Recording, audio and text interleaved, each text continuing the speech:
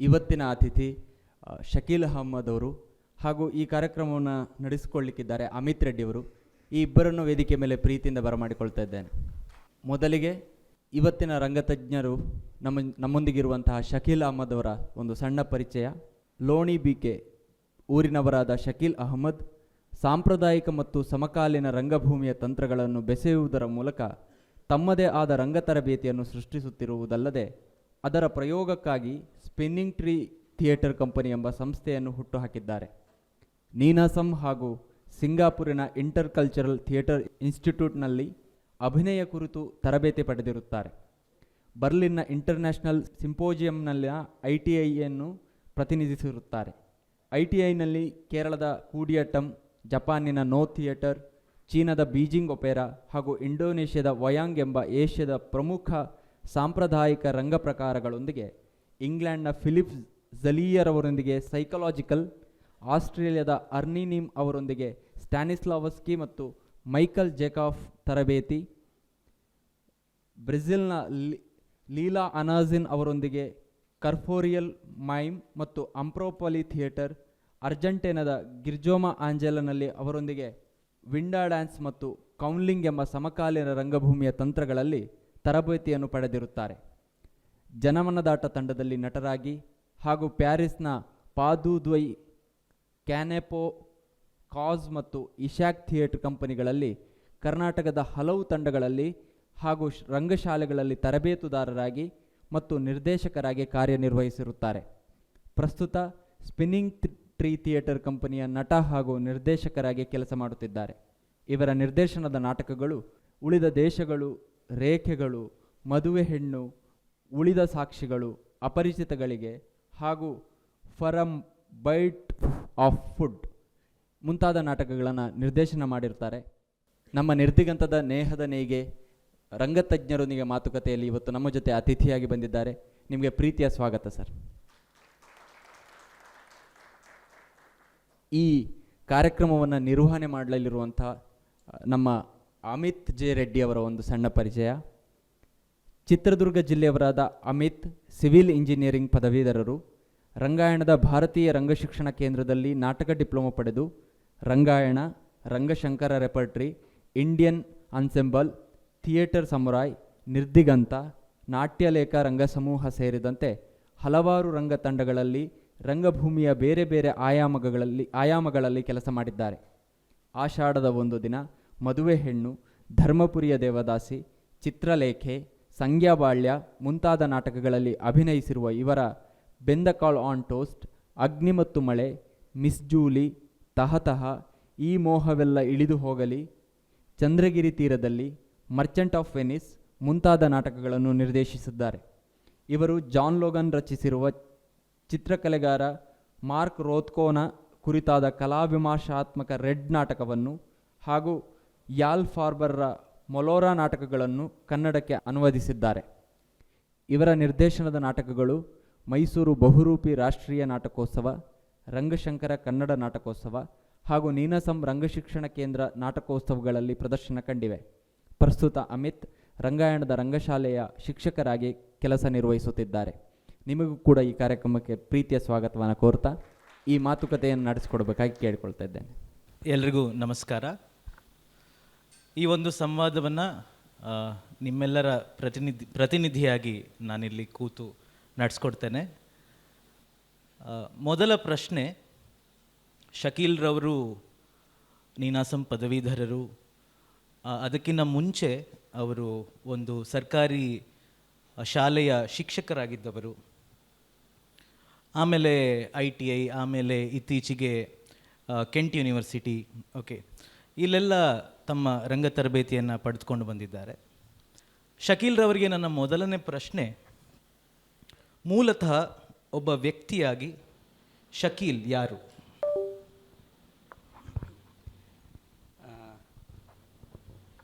ಆಯ್, ಈಗ ನೋಡಿ, ನೀವು ಪರಿಚಯ ಮಾಡಿ ಕೊಟ್ಟ ಮೇಲೆ ನಾನು ಹಾಯ್ ಅಂತ ಅಂದೆ ಅಂದರೆ, ಓ ಸಿಂಗಾಪುರಲ್ಲಿ ಓದಿದ್ದಾನೆ, ಇಂಗ್ಲೆಂಡಲ್ಲಿ ಓದ್ಕೊಂಡು ಬಂದಿದ್ದಾನೆ ಅಂತ ಆಗತ್ತೆ. ನಾನು ಹುಟ್ಟಿನಿಂದ ಬಂದಿರೋ ಸಂಪ್ರದಾಯ ಪ್ರಕಾರ ಅಸ್ಸಲಾಮು ಅಲೈಕುಮ್ ರಹಮತುಲ್ಲಾಹಿ ವಬರಕಾತು ಅಂದರೆ ಸ್ಪೈನ್ ನೆಟ್ಗಾಗಿಬಿಡುತ್ತೆ. ಇಸ್ ಹಾರ್ಡ್ ಟು ಸೇ.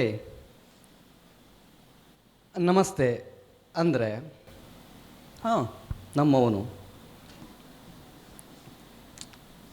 ಬಹಳ ಕಷ್ಟ. ನಮ್ಮನ್ನು ನಾನು ಸದ್ಯಕ್ಕೆ ನಾನು ಯಾರು ಈ ಪ್ರಶ್ನೆ ನಾವು ಎಲ್ಲರೂ ಕೇಳ್ಕೊಳ್ತಾ ಇರ್ತೇವೆ. ನಾನು ಯಾವಾಗಲೂ ಅದು ನನ್ನ ಕೆಲಸಗಳಲ್ಲಿ ಕೇಳ್ಕೊಳ್ತಾನೆ ಇರ್ತೇನೆ. ನಾನು ಯಾರು ನಾವು ಒಳಗೊಳ್ಳುವಿಕೆ ಬಗ್ಗೆ ಮಾತಾಡ್ತೀವಲ್ಲ ಸರ್, ನಾವು ಎಲ್ಲರನ್ನ ಒಳಗೊಳ್ಬೇಕು ಮತ್ತು ಅವರು ಎಲ್ಲರನ್ನೂ ಒಳಗೊಳ್ತಾರೆ. ಯಾರೋ ಒಬ್ಬರು ಎಲ್ಲರನ್ನೂ ಒಳಗೊಳ್ತಾರೆ. ಯಾವಾಗ ಅಂತೇವೆ ನಾವು? ನಾನು ಇದನ್ನು ಹೇಳ್ತಿರೋದೀಗ. ನಾನು ನಮಸ್ತೆ ಅಂತಂದರೆ ಎಲ್ಲ ಅವರು ತುಂಬ ಒಳ್ಳೆಯ ಜನ ಅವರು, ಯಾಕೆ ಎಲ್ಲರನ್ನೂ ಒಳಗೊಳ್ತಾರೆ ಅವರು. ನಾನು ಅಸ್ಸಲಾಮು ಅಲೈಕುಮ್ ಅಂತಂದರೆ ನಾನು ಸಪ್ರೇಟ್ ಆಗಿಬಿಡ್ತೇನೆ. ಅದರ ಹಿಂದೆ ಇರೋ ಅರ್ಥ ಅದು ಯಾಕೆ ಏನು ಅದೆಲ್ಲ ಪಕ್ಕಕ್ಕಿಟ್ಟು ಕೂಡ ಸಡನ್ಲಿ ನಾವು ಫ್ರೇಮ್ ಆಗಿಬಿಡ್ತೇವೆ ಇಲ್ಲಿ. ಹಾಗಾಗಿ ನನಗೆ ಒಂಚೂರು ಹಿಂಜರಿಕೆ ನಾನು ಯಾರು ಅಂತ ಹೇಳೋಕ್ಕೇನೆ. ಸದ್ಯಕ್ಕೆ ರಂಗಭೂಮಿ ನಮ್ಮ ಕಾಯಕ ಆಗಿರೋದರಿಂದ ನಾನೊಬ್ಬ ಥಿಯೇಟರ್ ಪ್ರಾಕ್ಟೀಷನರು, ರಂಗಕರ್ಮಿ ಅಂತ ಹೇಳ್ಬೋದು. ಬಿಟ್ಟರೆ ನಿಮ್ಮ ಕ್ವಶನ್ನು ನನ್ನ ಪರ್ಸನಲ್ ಲೈಫ್ ಬಗ್ಗೆನೋ ಅಥವಾ ನನ್ನ ಕೆಲಸಕ್ಕೆ ಸಂಬಂಧಪಟ್ಟದ್ದು ಅಂತ ಹೇಳಿದ್ರೆ ಒಂಚೂರು ಓಕೆ, ಇನ್ನಷ್ಟು ಅದನ್ನು ನೀಟಾಗಿ ಫ್ರೇಮ್ ಮಾಡೋದಾದರೆ, ಓಕೆ, ಶಕೀಲ್ ರವರು ಬಾಲ್ಯದಲ್ಲಿ ಕನಸು ಕಂಡ ವ್ಯಕ್ತಿ ಯಾರು, ಅಥವಾ ಈ ರಂಗಭೂಮಿಗೆ ಎಳೆದು ತಂದ ಅಥವಾ ಸೆಳೆದು ತಂದ ಅಂಶಗಳು ಯಾವುದು? ಸೊ ಇದು ನನಗೆ ಬೇಸ್ ಅಷ್ಟೇ. ಇದು ಪರ್ಸ್ನಲ್ ಕ್ವಶನ್ ಆಗಿದ್ರೆ ನಾವು ಎಲ್ಲರ ಥರ ನಾವು ಉತ್ತರ ಕರ್ನಾಟಕದ ಒಂದು ಸಣ್ಣ ಹಳ್ಳಿಯಿಂದ ಬಂದವನು ನಾನು.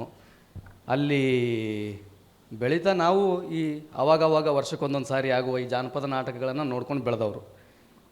ಆದರೆ ನಾನು ಆ ರೀತಿಯ ನಾಟಕಗಳನ್ನು ಮಾಡಿದ್ದೆ ನಾನು ಬಾಲ್ಯದಲ್ಲೂ ಕೂಡ. ಆದರೆ ಅದರ ನಾಟಕದ ಆಸಕ್ತಿ ಅಂತ ಏನು ಇರಲಿಲ್ಲ ನನಗೆ. ಆದರೆ ನಾನು ಸ್ಕೂಲಲ್ಲಿ ಬಹಳ ಬ್ರೈಟ್ ಸ್ಟೂಡೆಂಟ್. ನಾನು SLCಯಲ್ಲಿ ನಮ್ಮ ಹೋಲ್ ಸೆಂಟರ್ಗೆ ನಮ್ಮ ಇದಕ್ಕೆ ರ್ಯಾಂಕು. ನಾನು ಮ್ಯಾಥಮೆಟಿಕ್ಸಲ್ಲಿ 99 ಬಂದಿತ್ತು ನನಗಾಗ, ಸೈನ್ಸಲ್ಲಿ 98 ಬಂದಿತ್ತು. ಹಾಗಾಗಿ ಊರವ್ರಿಗೆ ಇವನು ಭಯಂಕರ ಶಾರ್ಪ್ ಇರೋದ್ರಿಂದ ಇವನು ಸೈನ್ಸೇ ತಗೊಳ್ಬೇಕು ಅಂತ ಇರುತ್ತಲ್ಲ. ಎಲ್ಲರೂ ಸೈನ್ಸ್ ಅಂತಲೂ ಗೊತ್ತಿಲ್ಲ ನಮಗೆ, ಎಲ್ಲರೂ ಫೋರ್ಸ್ಗೆ ಒತ್ತಾಯಕ್ಕೆ ಒಳಪಟ್ಟು ಸೈನ್ಸ್ ತಗೊಂಡೆ. ಬಟ್ ನಮ್ಮೂರಲ್ಲಿ ಕಾಲೇಜುಗಳಿರಲಿಲ್ಲ ಸೈನ್ಸ್ ಕಲಿಸುವಂಥವು. ಬಿಜಾಪುರ ಸಿಟಿ ಹೋಗಿದ್ದೆ ನಾನು. ಬಿಜಾಪುರದಲ್ಲಿ ಅದು ಮೊದಲನೇ ಸಾರಿ ನಾವು ಸಿಟಿಗೆ ಎಂಟ್ರ್ ಆಗಿದ್ದು. ಸೈನ್ಸನ್ನು ತಗೊಂಡ್ವಿ. ಅಲ್ಲಿ ನಮ್ಮ ಟೀಚರ್ ಒಬ್ಬರು ಹೆಲ್ಪ್ ಮಾಡಿದ್ರು, ದುಡ್ಡು ಕೊಟ್ಟಿದ್ದರು ಕಾಲೇಜ್ ಅಡ್ಮಿಷನ್ ಮಾಡೋಕ್ಕೆ. ಅಲ್ಲಿ ಹೋದ್ಮೇಲೆ ಗೊತ್ತಾಗಿದ್ದು ನಮಗೆ ಸೈನ್ಸ್ ಇಂಗ್ಲೀಷಲ್ಲಿ ಇರುತ್ತೆ ಅಂತ. ಯಾಕೆ ನಾವು ಕನ್ನಡ ಮೀಡಿಯಮ್ ಸ್ಕೂಲಲ್ಲಿ ಓದಿದ್ದೆ ನಾನು. ಇನ್ನು ಆಯಿತು, ನಾನು ರ್ಯಾಂಕ್ ಸ್ಟೂಡೆಂಟ್ ಒಂದು. ಹಾಗಾಗಿ ಹೇಳಿದ್ದು ಎಲ್ಲವೂ ನನಗೆ ಗೊತ್ತಾಗ್ಬಿಡ್ಬೇಕಂತ ಫಸ್ಟ್ ಬೆಂಚಲ್ಲಿ ಕೂತ್ಕೊಳ್ಳೋನು ನಾನು SLCವರೆಗೂ. ಹಾಗೆ ಹೋಗಿ ಫಸ್ಟ್ ಬೆಂಚಲ್ಲಿ ಕೂತ್ಕೊಳ್ತಿದ್ದೆ. 1 ದಿನ ಆಯಿತು, 2 ದಿನ ಆಯಿತು, 3 ದಿನ ಆಯಿತು. ಅವರು ಪ್ರೊಫೆಸರ್ಗಳು ಬರ್ತಿದ್ರು, ಏನೋ ಹೇಳ್ತಿದ್ರು, ಅವ್ರ ಪಾಡಿಗೆ ಅವ್ರು ಹೋಗ್ತಿದ್ರು. ಅದು ಒಂದು ನಮ್ಮ ತಲೆಗೆ ಹೋಗಲಿಲ್ಲ. ಅದು ನಿಧಾನಕ್ಕೆ ಬೆಂಚಿಸ್ಗಳು, ಸೆಕೆಂಡ್ ಬೆಂಚು, ಆಮೇಲೆ ಥರ್ಡ್ ಬೆಂಚು, ಕೊನೆ 1-2 ತಿಂಗಳಾಗೋದ್ರೊಳಗಾಗಿ ಆ ಕಾಲೇಜಿನ ಲಾಸ್ಟ್ ಬೆಂಚಲ್ಲಿ ಕೂತ್ಕೊಳ್ಳೋ ಶುರು ಮಾಡ್ತಿದ್ದೆ ನಾನು. 1-2 ತಿಂಗಳಾದಮೇಲೆ ಈಗ ಫ್ರೆಂಡ್ಶಿಪ್ ಬೆಳೀತಲ್ಲ, ಫ್ರೆಂಡ್ಶಿಪ್ ಬೆಳೆದಾಗ ನೋಡಿದ್ರೆ ಆ ಕಾಲೇಜಿನ ಹಿಂದಿನ ಬೆಂಚ್ಗಳಲ್ಲಿ ಸೇರ್ಕೊಂಡಿರೋರು ಎಲ್ಲರೂ ಕನ್ನಡ ಮೀಡಿಯಮಿಂದ ಬಂದವರೆ. ಯಾರ್ಯಾರು ಇಂಗ್ಲೀಷ್ ಮೀಡಿಯಮಿಂದ ಬಂದಿರೋರು ಅವರೆಲ್ಲ ಮುಂದೆ ಕೂತ್ಕೊಳ್ತಾ ಇದ್ರು. ಯಾಕೆಂದರೆ ಅವರು ಟೀಚರ್ಸ್ ಹೇಳಿದ್ದು ಅವ್ರಿಗೆ ಅರ್ಥ ಆಗ್ತಿತ್ತು. ಅವರು ತಿರುಗಿ ಏನೋ ಹೇಳ್ತಾ ಇದ್ರು, ಕನ್ವರ್ಸೇಷನ್ ನಡೀತಾ ಇತ್ತು. ಬಟ್ ಹಿಂದ್ಗಡೆ ಇದ್ದವ್ರಿಗೆ ಏನೂ ಆಗಲಿಲ್ಲ. ಅದು ಈ ಡೌಟ್ಸು ನಾವು ಯಾರಿಗಾದ್ರೂ ಕೇಳಿದ್ರೆ ಒಂದು ಉತ್ತರ ಬರ್ತಾಯಿತ್ತು, ಕನ್ನಡ ಮೀಡಿಯಮಿಂದ ಬಂದಿದ್ದೀರಲ್ಲ ನೀವು, ಅದು ಏನಾಗುತ್ತೆ ಅಂದರೆ 1-2-3 ತಿಂಗಳು ಟೈಮ್ ತಗೊಳುತ್ತೆ, ಆಮೇಲೆ ನಿಧಾನಕ್ಕೆ ಯು ಗೆಟ್ ಯೂಸ್ ಟು ಅಂತ. ಆಮೇಲೆ ಆಗ್ಬೋದು, ಬರ್ಬೋದು. ಆ ದಿನ 2 ವರ್ಷ ಮುಗಿದೇ ಹೋಯ್ತು, ಆ ದಿನ ಬರಲೇ ಇಲ್ಲ ನಿಜವಾಗಲೂ. ಕೊನೆಗೆ ಹೆಂಗಾಗಿ ಹೋಯ್ತು ಅಂತಂದರೆ ಎಜುಕೇಷನ್ ಸಿಸ್ಟಮು ನನ್ನ ವಿಷಯದಲ್ಲಿ ಹಿಂದಿನ ಡೋರಿಂದ ಬರೋದು, ಅಲ್ಲೇ ಕೂತ್ಕೊಳ್ಳೋದು, ಲೆಕ್ಚರ್ಸ್ ಮುಗಿಸಿ ಹೊರಗೆ ಹೋಗೋಕೆ ಮುಂಚೆ ನಾವು ಹೊರಗೆ ಓಡಿಬಿಡೋದು. ಅಟೆಂಡೆನ್ಸ್ಗೋಸ್ಕರ ಸ್ಕೂಲ್ ಬರ್ತಿದ್ವಿ. I lost the interest in education. ಆಗ ನಾನು SLCಯಲ್ಲಿ ಇರುವಾಗಲೇ ಸ್ಕೂಲಲ್ಲಿ ಟೆಕ್ಸ್ಟ್ ಬುಕ್ಕಲ್ಲಿ ಬರುವ ಎಕ್ಸ್ಪಿರಿಮೆಂಟ್ಗಳನ್ನು ಲ್ಯಾಬಲ್ಲಿ ಮನೆಯಲ್ಲಿ ಮಾಡಿ ಅಡಾಪ್ಟ್ ಮಾಡಿ ಅವರ ಇಂಪ್ಲಿಕೇಶನ್ಗಳನ್ನು ಕೂಡ ಮಾಡಿದ್ದೆ ನಾನು. ಒಂದು ಉದಾಹರಣೆ ಹೇಳ್ತೇನೆ. ನ್ಯೂಟನ್ನಿನ ಥರ್ಡ್ ಲಾ ಹೇಳ್ತಿದ್ರು ನಮ್ಮ ಟೀಚರು ಅವಾಗ 9ನೇ ಕ್ಲಾಸಲ್ಲಿ ಏನೋ. ಅದಕ್ಕೆ ನಾನು ಬುಲೆಟ್ ರೆಡಿ ಮಾಡಿದ್ದೆ. ಇದು ಇಲ್ಲೇ ಮತ್ತೆ ಇದನ್ನು ಮಾಡಬೇಡ್ರಪ್ಪ, ಒಂಚೂರು ಒಂದು ಬುಲೆಟು ಈ ಪೆನ್ನಿನ ನಿಬ್ಬಿರುತ್ತಲ್ಲ, ಪೆನ್ನಿನ ನಿಬ್ಬನ್ನು ಅದೆಲ್ಲ ಪೆನ್ ಬರೆದಾದ್ಮೇಲೆ ಅದರ ಇಂಕ್ ಖಾಲಿ ಆದಮೇಲೆ ಅದರ ಮುಂದೊಂದು ಸಣ್ಣ ಬಾಲ್ ಇರುತ್ತಲ್ಲ, ಆ ಬಾಲ್ ಇನ್ನೂ ಇರಬೇಕು. ಅದ್ರ ಒಳಗಡೆ ಈ ಬೆಂಕಿ ಕಡ್ಡಿಯ ಮದ್ದನ್ನು ಸೂಜಿಯಿಂದ ತುಂಬಿ ತುಂಬಿ ತುಂಬಿ ತುಂಬಿ ಒತ್ತಿ ಒತ್ತಿ ಒತ್ತಿ ಅದಕ್ಕೆ ಪ್ಯಾಕ್ ಮಾಡಿ, ಅದೇ ಸೂಜಿನ ಟಚ್ ಮಾಡಿ ಹಿಡಿದು ಕೆಳಗಡೆ ದೀಪಕ್ಕೆ ಹಿಡಿದು ಅದನ್ನು ಹಿಡಿದ್ರೆ ಒಂದು 5-6 ಸೆಕೆಂಡಲ್ಲಿ ಅದು ಯಾವ ಸ್ಪೀಡಲ್ಲಿ ಬ್ಲಾಸ್ಟ್ ಆಗುತ್ತೆ ಅಂತಂದರೆ, ಈ ಎದುರುಗಡೆ ನೀವು ಯಾವುದೋ ಗ್ಲಾಸು ಏನೋ ಇಟ್ಟರು ಅದನ್ನು ತೂರಿಸ್ಕೊಂಡು ಹೋಗಿಬಿಡುತ್ತೆ. ಅದನ್ನು ಟ್ರೈ ಮಾಡ್ತಾ ಮಾಡ್ತಾ ಒಂದು 10-20 ಕಡ್ಡಿಗಳನ್ನು ಇಟ್ಟು ಮಾಡೋಕ್ಕೆ ಹೋಗಿ ಈ ಮೆಟಲ್ ಶೀಟ್ಗಳು ಬರ್ತಾವಲ್ಲ ನಮ್ಮ ಉತ್ತರ ಕರ್ನಾಟಕದಲ್ಲಿ, ಆ ಮೆಟಲ್ ಶೀಟ್ ಮನೆ ಕುಸಿದು ಬಿದ್ದಿತ್ತು. ಇದು ನಮ್ಮ ಟೀಚರ್ ಗೊತ್ತಾಗಿ ಅವರು ನನಗೆ ಯಾವತ್ತೂ ಲ್ಯಾಬ್ ಸೇರಕ್ಕೆ ಬಿಟ್ಟಿರಲಿಲ್ಲ.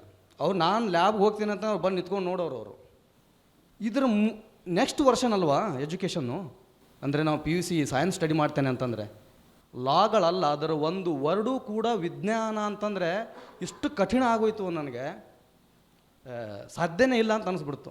ಅದಕ್ಕೆ ಅದೇ ದಾರಿ, ಕಾಲೇಜ್ಗಂತೂ ಬಂದುಬಿಟ್ಟಿದ್ದೇವೆ, ಊರು ಬಿಟ್ಟು ಹೋಗಬೇಕು, ಎಲ್ಲ ಹೊರಗಡೆ ಹೋಗ್ಬೇಕು, ಫಿಲಮ್ ನೋಡೋಕೆ ಹೋಗ್ಬೇಕು, ಅದಕ್ಕೆ ಹೋಗ್ಬೇಕು, ಬಟ್ ದುಡ್ಡಿಲ್ಲ. ಕಾಲೇಜ್ ಎದುರುಗಡೆ ಒಂದು ಥಿಯೇಟ್ರ್ ಇತ್ತು, ಈ ಕನ್ಗನ್ ಹನುಮಂತರಾಯ ರಂಗಮಂದಿರ ಅಂತ ನಮ್ಮ ಬಿಜಾಪುರದಲ್ಲಿ. ಅಲ್ಲಿ ಏನು ದುಡ್ಡು ಕೊಡಬೇಕಾಗಿರಲಿಲ್ಲ, ಏನಿಲ್ಲ.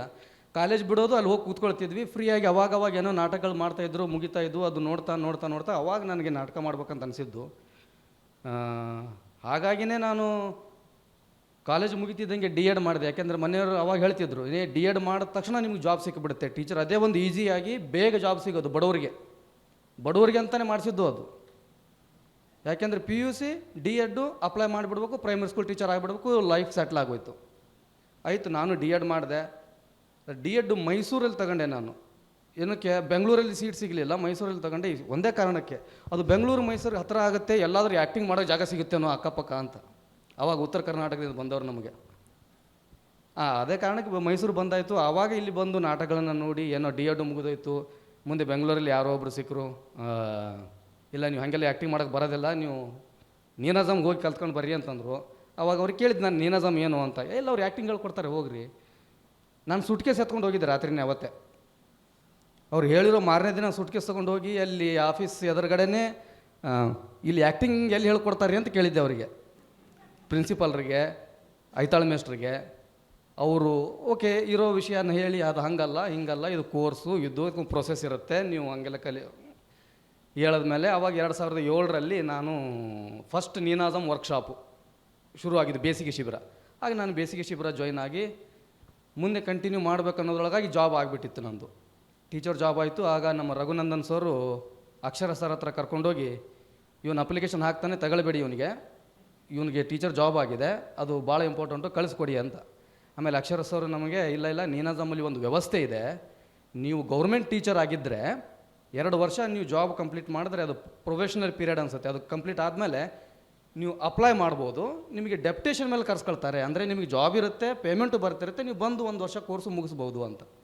ಆ ರೀತಿ ನಾನು ಮತ್ತೆ ಟೀಚರಾಗಿ 2 ವರ್ಷ ಮಾಡಿ ಬಂದಿದ್ದು. ನೀನಾಜಮ್ ಕೋರ್ಸ್ ಮುಗಿತಿದ್ದಂಗೆ ಒಂದು ರೀತಿಯ ಗೊತ್ತಾಗಿತ್ತು, ಅಲ್ಲ ದಾರಿ ಇಲ್ಲಿದೆ ಅಂತ. ಓಕೆ, ಇದಕ್ಕೆ ಮುಂದುವರೆದು ಮತ್ತೊಂದು ಪ್ರಶ್ನೆ ಸರ್. ನೀವು ನೀನಾಸಮಲ್ಲಿ ತರಬೇತಿ ಪಡಿತೀರಿ, ಅದಾದಮೇಲೆ ಮತ್ತೆ ವರ್ಕ್ ಮಾಡ್ತೀರಿ, ಅದರ ಮಧ್ಯದಲ್ಲಿ ಇಂಟರ್ ಕಲ್ಚರಲ್ ಥಿಯೇಟರ್ ಇನ್ಸ್ಟಿಟ್ಯೂಟ್ ಸಿಂಗಾಪುರ್ನಲ್ಲಿ ನಟನೆಯ ತರಬೇತಿಯನ್ನು ಪಡೆದುಕೊಳ್ಳೋಕೆ ಹೋಗ್ತೀರಿ, ಮತ್ತೆ ಬರ್ತೀರಿ, ರಂಗಶಾಲೆಗಳಲ್ಲಿ ಕೆಲಸ ಮಾಡ್ತೀರಿ.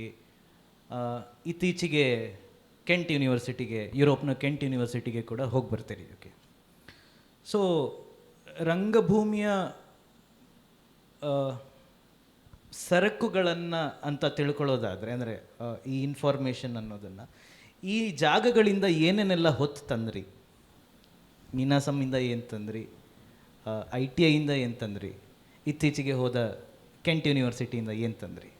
ಅಲ್ಲ, ಇದು ಒಂಚೂರು ನನಗೆ ಯಾವಾಗಲೂ ಈ ಸಮಸ್ಯೆನೇ ಇದು. ನೀವು ಒಂದು ಕಡೆ ಕೆಲಸ ಮಾಡಿದ್ಮೇಲೆ ಅಥವಾ ಒಬ್ಬರ ಜೊತೆ ಕೆಲಸ ಮಾಡಿದ್ಮೇಲೆ ಒಂದು ಕಡೆ ಕಲಿತ ಮೇಲೆ ಏನು ಕಲ್ತ್ರಿ ಅನ್ನೋದು ಇದಲ್ಲಿ ತುಂಬ ಕಷ್ಟದ್ದು. ಯಾಕೆಂತಂದರೆ ಇಟ್ಸ್ ನಾಟ್ ದ ಟೂಲ್. ನಾನು ಬ್ಯಾಗ್ ತಗೊಂಡು ಹೋಗಿರಲಿಲ್ಲ. ಅದು ಆ ಟೂಲನ್ನು ನಾನು ಓಕೆ ಇದು ಇದು ಇದು ಇದು ಇದು ಅಂತ ತಗೊಂಡು ಹೋಗೋಕ್ಕೆ. ನಾವು ನಿನಾಜಮಲ್ಲಿ ಸ್ಟೂಡೆಂಟ್ ಆಗಿರುವಾಗ ಕಲಿತ್ವಿ, ಆಚೆ ಬಂದ್ವಿ. ಬಟ್ ಐ ವಾಸ್ ನಾಟ್ ಅವೇ ಏನಾಯಿತು ಒಂದು ವರ್ಷದಲ್ಲಿ, ಏನು ಕಲ್ತೀವಿ ಎಕ್ಸಾಕ್ಟಾಗಿ, ನಾನು ಎಷ್ಟರ ಮಟ್ಟಿಗೆ ಏನು ಮಾಡಬಲ್ಲೆ ನನಗೆ ಗೊತ್ತಿರಲಿಲ್ಲ. ಕೋರ್ಸ್ ಆಗೋಯ್ತು, ಒಂದು ಬೇಸಿಕಾಗಿ ಟ್ರೈನಿಂಗ್ ಆಯಿತು. ಬಟ್ ನಾನು ಸಿಂಗಾಪುರಲ್ಲಿ ಹೋದಾಗ ಅದು 3 ವರ್ಷದ ಕೋರ್ಸು. ಅದು ಆ 3 ವರ್ಷದ ಕೋರ್ಸಲ್ಲಿ ನನಗೆ ಫಸ್ಟ್ ಗೊತ್ತಾಗಿದ್ದೆ, you should never learn as a technique. ಆ ಟೆಕ್ನಿಕನ್ನು ನೀವು ಟೆಕ್ನಿಕ್ಕಾಗಿ ಕಲಿಯೋಕ್ಕೆ ಹೋಗಬಾರ್ದು. ಅಲ್ಲಿ ನೋಡಿ, ಬೇರೆ ಬೇರೆ ಜಗತ್ತಿನ ಬೇರೆ ಬೇರೆ ದೇಶದ್ದು, ಅಂದರೆ ಜಪಾನಿನ ನೋ ಥಿಯೇಟ್ರರು, ಚೈನಾದ ಬೀಜಿಂಗ್ ಓಪೆರಾ, ಮತ್ತು ಇಂಡೋನೇಷ್ಯಾದ ವಯಾಂಗ್ವಾಂಗು, ಮತ್ತು ಜಗತ್ತಿನ ಬೇರೆ ಬೇರೆ ಟೀಚರ್ಸ್ಗಳು, ಅವರೆಲ್ಲರೂ ತಮ್ಮ ತಮ್ಮದೇ ಆದ ಫಾರ್ಮ್ಗಳಲ್ಲಿ ಮಾಸ್ಟರ್ಸ್ಗಳವರು. ಆ ರೀತಿ ಟೀಚರ್ಸ್ಗಳನ್ನ ತಂದು ಕ್ಲಾಸ್ ಮಾಡಿಸ್ತಾಯಿದ್ರು ಅವರು. ಪ್ರತಿ ಕ್ಲಾಸು 3 ತಿಂಗಳು. ಈಗ 3 ತಿಂಗಳಿಗೆ ಒಂದೊಂದು ಬಾರಿ ಕ್ಲಾಸ್ ಚೇಂಜ್ ಆಗುವಾಗ ಅಂಥ ನೀವು ವರ್ಲ್ಡ್ ರೀತಿಯ ಟ್ರೈನಿಂಗ್ಗೆ ನೀವು ಓಪನ್ ಆದಾಗ ಕೊನೆಗೆ ಅರ್ಥ ಮಾಡ್ಕೋಬೇಕಾಗಿದ್ದು ಅದರಲ್ಲಿರೋ ಪ್ರಿನ್ಸಿಪಲ್ಸ್ ಏನು. ಆ ಪ್ರಿನ್ಸಿಪಲ್ಸನ್ನು 3 ತಿಂಗಳಲ್ಲಿ ನೀವು ಏನೋ ಕಲ್ತಿರ್ತೀರಿ. ನೀವು ಪ್ರಾಕ್ಟೀಸ್ ಮಾಡ್ಕೊತೀರಿ, ಪ್ರಾಕ್ಟೀಸ್ ಮಾಡ್ತೀರಿ, ನಿಮ್ಮ ಒಳಗಡೆ ನೀವು ಬಿಟ್ಕೊಳ್ತೀರಿ ಅದನ್ನು. ಕೊನೆಗೆ ಎಲ್ಲ ರೀತಿಯ ಟೆಕ್ನಿಕ್ಗಳಂತನ್ರಿ, ಅಥವಾ ನೀವು ಕೆಲವು ಬೇರೆ ಬೇರೆ ಕ್ರಾಫ್ಟ್ಗಳಂತನ್ರಿ, ಆ ಕ್ರಾಫ್ಟ್ಗಳು ನಮ್ಮ ಬ್ಲಡ್ಡಲ್ಲಿ ಸೇರ್ಕೊಂಡು ಬಿಡಬೇಕು. ಅದು ಸೇರಿಕೊಂಡು ಬ್ಲೆಂಡ್ ಆಗಿ ಮರೆತು ಬಿಡಬೇಕು. ಅದು ಆಗ ಮಾತ್ರ ನಾನು ಏನು ಮಾಡಬಲ್ಲೆ ಅಂತ ಗೊತ್ತಾಗೋದು. ಇಲ್ಲ ಅಂತಂದರೆ I do cut and paste. ಅದನ್ನು ಕಲ್ತಿದ್ದೇನೆ, ಆ ಟೆಕ್ನಿಕ್ ಕಲ್ತಿದ್ದೇನೆ, ಓಕೆ ಆ ಟೆಕ್ನಿಕ್ ತಗೊಂಬರ್ತೇನೆ, ನಾನು ಆ ಟೆಕ್ನಿಕಲ್ಲಿ ಕೆಲಸ ಮಾಡ್ತೇನೆ. ಆ ರೀತಿ ಭಾಳ ಕಷ್ಟ ಅದು. ಮತ್ತು ಆ ರೀತಿ ನನಗೆ ಭಾಳ ಬೇಗ ಗೊತ್ತಾಯಿತು. ಅದು ಅಲ್ಲಿರೋ ಟೀಚರ್ಸ್ಗಳು ಮಾಡೋ ಕ್ಲಾಸ್ಗಳಿಂದಾಗಿ ಮತ್ತು ಅವರ ಇನ್ಫಾರ್ಮೇಷನ್ಗಳಿಂದಾಗಿ ಗೊತ್ತಾಯಿತು ನನಗೆ. ಹಾಗಾಗಿನೇ ಅಲ್ಲಿ 3 ವರ್ಷ ಸಿಂಗಾಪುರಲ್ಲಿ ಓದಿದ್ದು, ಮತ್ತು ಇಲ್ಲಿ ನಾನು ಯೂನಿವರ್ಸಿಟಿ ಆಫ್ ಕೆಂಟಲ್ಲಿ ಓದಿದ್ದು. ಅದೊಂದು ಯೂನಿವರ್ಸಿಟಿ, ಅದು ಅಕಾಡೆಮಿಕ್ ಪ್ರೋಸೆಸ್ ಇದೆ ಅದಕ್ಕೆ, ಅದು ಮಾಸ್ಟರ್ಸ್ ಡಿಗ್ರಿ ಅದು. ಆದರೆ ನಾನು ಅಲ್ಲಿ ಹೋಗಿದ್ದೆ ಅಲ್ಲಿರುವ ಒಬ್ಬರು ಪ್ರೊಫೆಸರು, ಪೌಲ್ ಅಲೆನ್ ಅನ್ನೋ ಒಬ್ಬರು ಪ್ರೊಫೆಸರ್ ಜೊತೆ ಕೆಲಸ ಮಾಡೋಕ್ಕೆ. ಯಾಕೆಂದರೆ ಅವರು ಪೋಲೆಂಡಲ್ಲಿ ಗ್ರೋಟೋವಸ್ಕಿಯನ್ ಮೆಥಡಲ್ಲಿ ಸುಮಾರು 10 ವರ್ಷ ಪೋಲೆಂಡಲ್ಲಿ ಕೆಲಸ ಮಾಡಿರೋರು ಪ್ರೊಫೆಸರ್ ಅವರು. ಈಗ ವರ್ಲ್ಡಲ್ಲೇ ಗ್ರೋಟೋವಸ್ಕಿಯನ್ ಮೆಥಡನ್ನು ಅಥವಾ ಟ್ರೈನಿಂಗನ್ನು ಪ್ರಾಕ್ಟಿಕಲಾಗಿ ಟ್ರೈನ್ ಮಾಡುವ ತುಂಬ ಇಂಪಾರ್ಟೆಂಟ್ ವ್ಯಕ್ತಿಗಳಲ್ಲಿ ಅವರು ಒಬ್ಬರು. ಹಾಗಾಗಿ ನನಗೆ ಅವ್ರ ಜೊತೆ ಕೆಲಸ ಮಾಡಬೇಕಿತ್ತು. ಆದರೆ ಯಾರೇ ಒಬ್ಬರ ಜೊತೆ ಫಾರಿನಲ್ಲಿ ಕೆಲಸ ಮಾಡೋದು ಸುಲಭ ಅಲ್ಲ. ನಾವು ದುಡ್ಡು ಬೇಕು, ಇದು ಬೇಕು. ಈ ಕೋರ್ಸು ನನಗೆ ಒಂದು ದಾರಿ ಆಯಿತು ಅಷ್ಟೇ. ಹಾಗಾಗಿ ಅದಕ್ಕೆ ಸ್ಕಾಲರ್ಶಿಪ್ ಸಿಕ್ತು, ಮತ್ತು ಸುಮಾರು ಜನ ನನಗೆ ಹೆಲ್ಪ್ ಮಾಡಿದರು. ಅದ್ರ ಮೂಲಕ ಆ ಕೋರ್ಸ್ ಹೋಗಿ ಕಲಿತೆ ನಾನು. ಅಲ್ಲೂ ಕೂಡ ನಾನು ಪರ್ಟಿಕ್ಯುಲರ್ ಟೆಕ್ನಿಕ್ ಕಲೀಲಿಲ್ಲ. ನಾನು ಆಲ್ರೆಡಿ ಇಲ್ಲಿ ಮಾಡ್ತಿರೋದು, ಸಿಂಗಾಪುರಲ್ಲಿ ಕಲ್ತಿರೋದನ್ನು ಅದೇನಂತೀರಿ, ನನ್ನನ್ನು ನಾನೇ ಒಂದು ಎಕ್ಸ್ಪಿರಿಮೆಂಟಿಗೆ ಕೊಟ್ಕೊಳ್ಳೋದಿದೆ ಅಲ್ಲ, ನಾನು ಅದಕ್ಕೆ ಕೊಟ್ಕೊಂಡಿದ್ದು, ಎಕ್ಸ್ಪ್ಲೋರ್ ಮಾಡಿದ್ದು ನನ್ನನ್ನು ನಾನು ಜಾಸ್ತಿ. ಹಾಗಾಗಿ ನಾನು ಈಗಲೂ ಕೂಡ ನಾನು ಬಂದ ಮೇಲೆ ಟ್ರೈನ್ ಮಾಡುವಾಗ ಅಥವಾ ಬೇರೆ ಬೇರೆ ಜೊತೆ ಕೆಲಸ ಮಾಡುವಾಗ ಈ ಜಗತ್ತಿನ ಬೇರೆ ಫಾರ್ಮ್ಗಳ ಒಂದು ಪ್ರಿನ್ಸಿಪಲ್ಸ್ ಇದಾವಲ್ಲ, ಅವರ ಎಥಿಕ್ಸ್ ಇದಾವಲ್ಲ, ಅದು ನಮ್ಮ ಒಳಗಡೆ ಬ್ಲೆಂಡ್ ಆದ ಮೇಲೆ ಅದು ಇಲ್ಲಿಗೆ ಅಡಾಪ್ಟ್ ಮಾಡ್ತಾ ಮಾಡ್ತಾ ಮಾಡ್ತಾ ಮಾಡ್ತಾ ಒಂದು 3ನೇದು ಹುಟ್ಟುತ್ತಲ್ಲ, ಅದು ನನಗೆ ಇಂಪಾರ್ಟೆಂಟ್ ಆಗುತ್ತೆ. ಬಿಟ್ಟರೆ ಅದು ಒರಿಜಿನಲ್ ಆಗಿ ಏನಾಗಿತ್ತು ಅಥವಾ ಅದು ಹೆಂಗೆ ಅಡಾಪ್ಟ್ ಆಗುತ್ತೆ ಅನ್ನೋದು ಇಂಪಾರ್ಟೆಂಟ್ ಆಗೋದಿಲ್ಲ ಅಂತ. ಶಿವರಾಮ್ ಕಾರಂತರ ಮೊಗ ಪಡೆದ ಮನ ಕಾದಂಬರಿಯನ್ನು ಓದಿದರೆ ಅಲ್ಲಿ ಒಬ್ಬಳು ಫ್ರೆಂಚ್ ನಟಿ ಬರ್ತಾಳೆ. ಅವಳ ಹೆಸರು ಟ್ಯೂಬಾ ಅಂತ. ಆಕೆ ಇಲ್ಲಿನ ಒಬ್ಬ ಆ ಕಾದಂಬರಿಯ ನಾಯಕ ವ್ಯಾಸನಿಗೆ ಒಂದು ಮಾತನ್ನು ಹೇಳ್ತಾಳೆ. ಸೊ ಆ ಮಾತು ಹೀಗಿದೆ: ನಿಮ್ಮ ದೇಶದಲ್ಲಿ ಕಸಬುಗಾರಿಕೆಯೇ ಕಲೆಯಾಗಿದೆ, ಶಾಸ್ತ್ರವೇ ದೇವರಾಗಿದೆ. ಹಲವು ಬಾರಿ ಸಂಪ್ರದಾಯದಿಂದ ಬಂದ ಶೈಲಿ ಆತ್ಮವಿಕಾಸಕ್ಕೊಂದು ಬಂಧನವಾಗಿ ಬಿಡುತ್ತದೆ.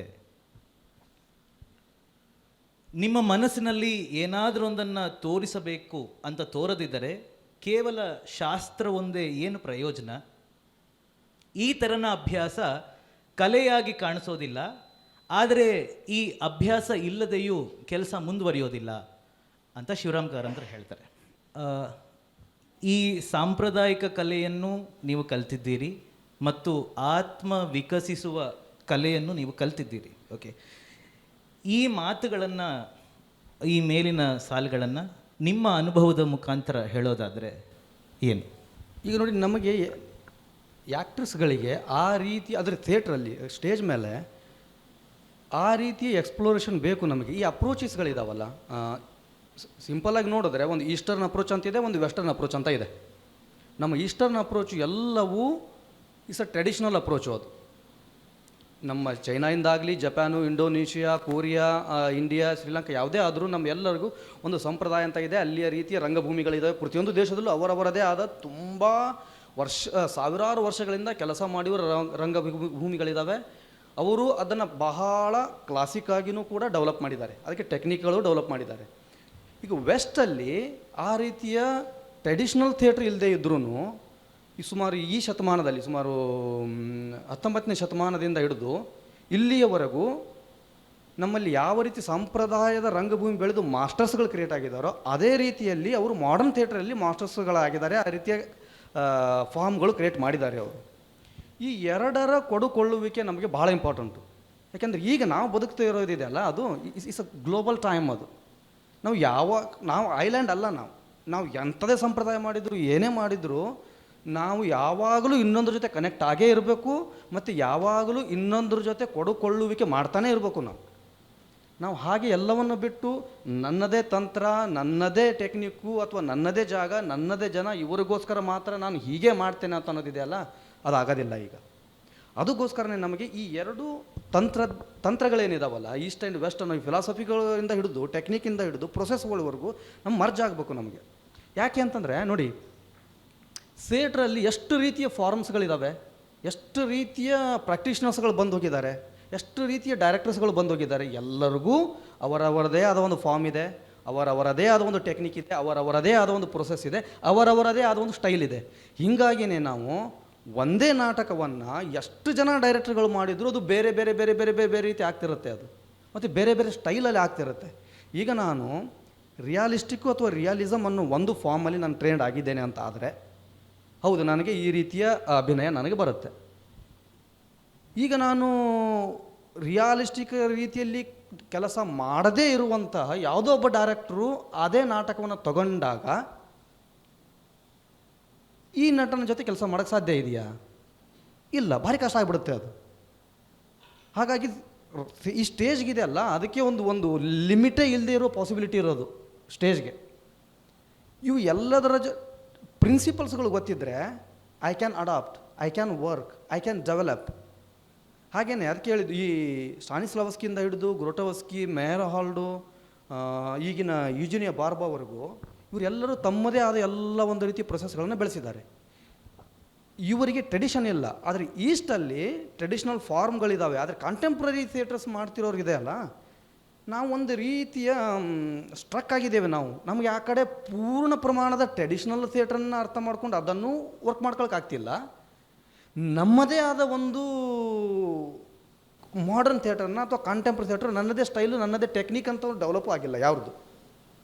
ನಾವು ಯಾವಾಗಲೂ ಕೆಲವೊಂದು ನೋಡ್ತಿರ್ತೇವೆ. ಈ ಉದಾಹರಣೆಗೆ ಯಕ್ಷಗಾನವನ್ನು ಬಳಸಿಕೊಂಡು ಕಾಂಟೆಂಪ್ರರಿ ಥಿಯೇಟರ್ ಮಾಡ್ತಿರುವ ಇತ್ತೀಚಿನ ಕೆಲವೊಂದು ಪ್ರೊಡಕ್ಷನ್ಗಳು ಉದಾಹರಣೆ ನಾವು ನೋಡಿರೋದು.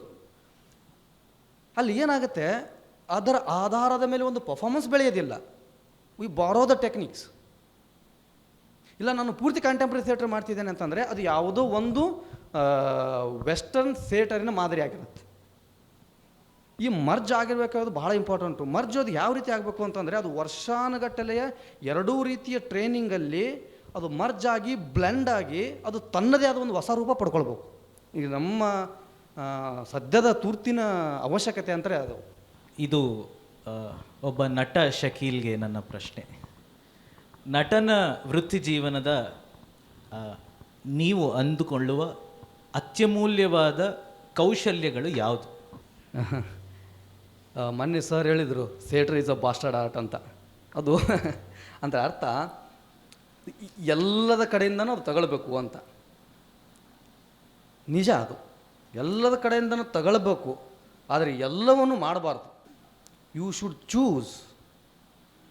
ತಗೊಳ್ಬೇಕು ಎಲ್ಲವನ್ನು, ಅದನ್ನು ಮರ್ಜ್ ಮಾಡ್ಕೋಬೇಕು, ಬೆಳಿಬೇಕು. But you should choose your path.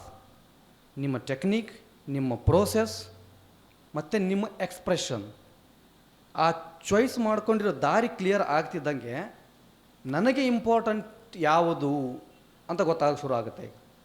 ಅದರ ಆಧಾರದ ಮೇಲೆ ನಟರಿಗೆ, ಕೆಲವೊಬ್ಬರಿಗೆ ಇಲ್ಲ, ಅವರಿಗೆ ನಾಲೆಜ್ ಬಹಳ ಇಂಪಾರ್ಟೆಂಟು ಅಂತ ಇರ್ಬೋದು.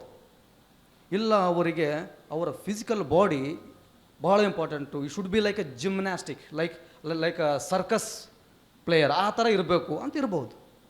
ಇಲ್ಲ ಕೆಲವೊಬ್ಬರಿಗೆ ಏನೋ ಇಲ್ಲ ಇಲ್ಲ ಇಲ್ಲ ನಟರಿಗೆ ಹಾಡಕ್ಕೆ ಬರಲೇಬೇಕು, ಅವರೊಬ್ಬ ಹಾಡುಗಾರರೇ ಆಗಿರಬೇಕು ಕೂಡ ಇರ್ಬೋದು. ಅದು ಏನಾಗುತ್ತೆ ಅಂದರೆ ನಾವು ಮಾಡುವ ನಾಟಕಗಳ ಆಧಾರದ ಮೇಲೆ ನೋಡ್ತೇವೆ ನಾವು. ಆದರೆ ನನಗೆ ಆ್ಯಕ್ಟ್ರ್ ಯಾರು, ನಾವು ಸ್ಟೇಜ್ ಮೇಲೆ ಈಗ ನಾವು ಒಂದು ನಾಟಕನೇ ಮಾಡ್ತಿದ್ದೇವೆ ಅಂತ ಆದರೆ ನೋಡೋದು ಏನನ್ನ ಜನ, ಈ ಫಿಸಿಕಲ್ ಫಾರ್ಮನ್ನು, ನಟನ ಅಥವಾ ನಟಿಯ.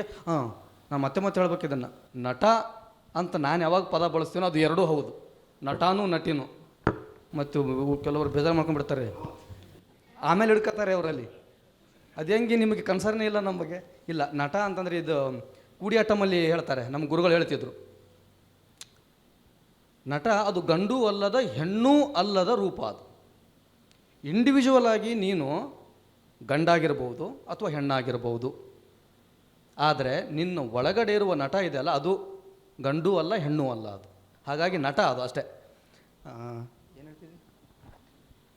ಓಕೆ ಸರಿ. ಈಗ ಆ ಆ್ಯಕ್ಟ್ರು ಎಕ್ಸ್ಪ್ರೆಸ್ ಮಾಡೋದೇ ಆಗಲಿ ಪ್ರೆಸೆಂಟ್ ಮಾಡೋದೇ ಆಗಲಿ ಯಾವುದರಿಂದ, ನನ್ನ ಫಿಸಿಕಲ್ ಬಾಡಿಯಿಂದ. ಅದು ಹಾಗಾಗಿ ಆ ಬಾಡಿ ಇದೆಯಲ್ಲ ಅದು ಎಕ್ಸ್ಪ್ರೆಸ್ ಮಾಡೋಕ್ಕೆ ರೆಡಿ ಆಗಬೇಕು. ಅದು ನೀವು ಯಾವ ಫಾರ್ಮಲ್ಲೇ ಮಾಡಿ, ಯಾವ ಟೆಕ್ನಿಕಲ್ಲೇ ಮಾಡಿ, ಆ ಫಾರ್ಮಲ್ಲಿ ಆ ಟೆಕ್ನಿಕಲ್ಲಿ ಆ ಬಾಡಿಗೆ ಮಾತಾಡೋಕ್ಕೆ ಬರಬೇಕು. ಮಾತಾಡೋಕ್ಕೆ ಬರದೇ ಇದ್ದಾಗ ಅದು ಕೆಟ್ಟ ನಟನೆ ಅಂತ ಅನ್ಸ್ಕೊಳತ್ತೆ. ಭಾಳ ಸಿಂಪಲ್ಲು ಅದು.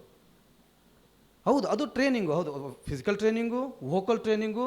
ನೀವು ಹೌದು ನಮ್ಮ ಮೈಂಡ್ ಬಗ್ಗೆ ಮನಸ್ಸು ಅಂತ ಮಾತಾಡ್ತೀವಲ್ಲ ಅದು ಕೂಡ ಹೌದು. ಆದರೆ ನನಗೆ ನನ್ನ ಪ್ರೊಸೆಸ್ಸಲ್ಲಿ ನಾನು ಶುರು ಮಾಡೋದು ಫಿಸಿಕಲ್ ಆಗಿನೇ. ಫಸ್ಟು ನಾನು ಫಿಸಿಕಲ್ ಟ್ರೈನಿಂಗ್ ಎಷ್ಟು ಮಟ್ಟಿಗೆ ಇಂಪಾರ್ಟೆಂಟ್ ಆಗಿಬಿಡುತ್ತೆ ಅಂತಂದರೆ, ನನಗೆ ಆಲ್ಮೋಸ್ಟ್ ಅಲ್ಲೂ ಒಂದು ನಾಟಕದ ಅರ್ಧದಷ್ಟು ಫಿಸಿಕಲ್ ಟ್ರೈನಿಂಗ್ ಆಗಿ ಆಗಿ ಆಗಿ ಅವರಿಗೆ ಬಹುಶಃ ನಾವು ನಾಟಕ ಮಾಡೋದಿಲ್ಲ, ಸರ್ಕಸ್ ಮಾಡ್ತಿದ್ದೇವೆ ಅನ್ನೋ ಅಂತ ಅನಿಸ್ಬಿಡ್ಬೇಕು. ಅಷ್ಟರ ಮಟ್ಟಿಗೆ ವರ್ಕ್ ಮಾಡ್ತೇನೆ ನಾನು. ಯಾಕೆಂತಂದರೆ ಆ ಬಾಡಿ ತನ್ನ ಒಳಗಡೆ ಅದು ಇಷ್ಟು ದಿನದಿಂದ ನಾವು ಬದುಕಿನಿಂದ ಮತ್ತು ನಮ್ಮ ಸುತ್ತಮುತ್ತಲಿನಿಂದ ಏನೇನು ತಗೊಂಡಿರುತ್ತಲ್ಲ, ಸರ್ ಹೇಳಿದ್ರಲ್ಲ ಒಂದು ರೀತಿ ತಗೊಳ್ಳೋದು ಎಲ್ಲವೂ, ನಾನು ಅದರ ಅಪೋಸಿಟಲ್ಲಿ ಕೆಲಸ ಮಾಡೋದು ಶುರು ಮಾಡ್ತೇನೆ. ನಾನು ತೆಗಿಯೋಕೆ ಶುರು ಮಾಡಿಬಿಡ್ತಾನೆ. We should remove. ಅದು ಹೋಗಬೇಕು. ಕೊನೆಗೆ ನನ್ನ ಹತ್ರ ಏನೂ ಇಲ್ಲ ಅನ್ನೋದು ಬರುತ್ತಲ್ಲ, ಆಗ ಬಾಡಿ ಮಾತಾಡೋ ರೀತಿ ಇದೆಯಲ್ಲ, that's he's own creativity, is inner creativity. ಅದು ಆ ಲೆವೆಲ್ವರೆಗೂ ಹೋಗೋವರೆಗೂ ನಾನು ಟ್ರೈನಿಂಗ್ ಪ್ರೊಸೆಸಲ್ಲಿ ಕೆಲಸ ಮಾಡ್ತಿರ್ತೇನೆ. ಹಾಗಾಗಿ ನನಗೆ ದೇಹ ಭಾಳ ಇಂಪಾರ್ಟೆಂಟ್ ಆಗಿಬಿಡುತ್ತೆ. ನಟನ ದೇಹ ಭಾಳ ಇಂಪಾರ್ಟೆಂಟ್ ಆಗಿಬಿಡುತ್ತೆ. ಯಾಕೆಂದರೆ ನಾನು ಬಾಡಿ ಶುಡ್ ಸ್ಪೀಕ್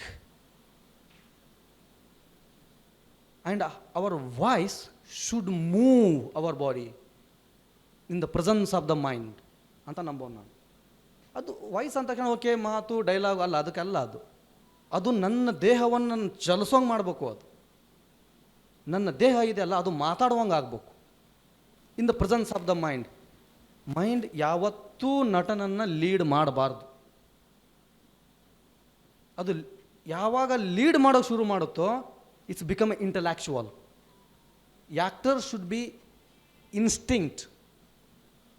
ಆ ಇನ್ಸ್ಟಿಂಕ್ಟಿವ್ನೆಸ್ ಬರೋದು ಯಾವಾಗ ಅಂತಂದರೆ, ಯಾವಾಗ ಬಾಡಿ ದೇಹ ಅದು ತಾನಾಗಿಯೇ ಡಿಸಿಷನ್ ತೊಗೊಳ್ಳೋಕ್ಕೆ ರೆಡಿ ಆಗುತ್ತೋ ಆವಾಗ ಇನ್ಸ್ಟಿಂಕ್ಷನ್ ಬರುತ್ತೆ. ಅದು ಇಟ್ಸ್ ಲೈಕ್ ಆ್ಯನಿಮಲ್.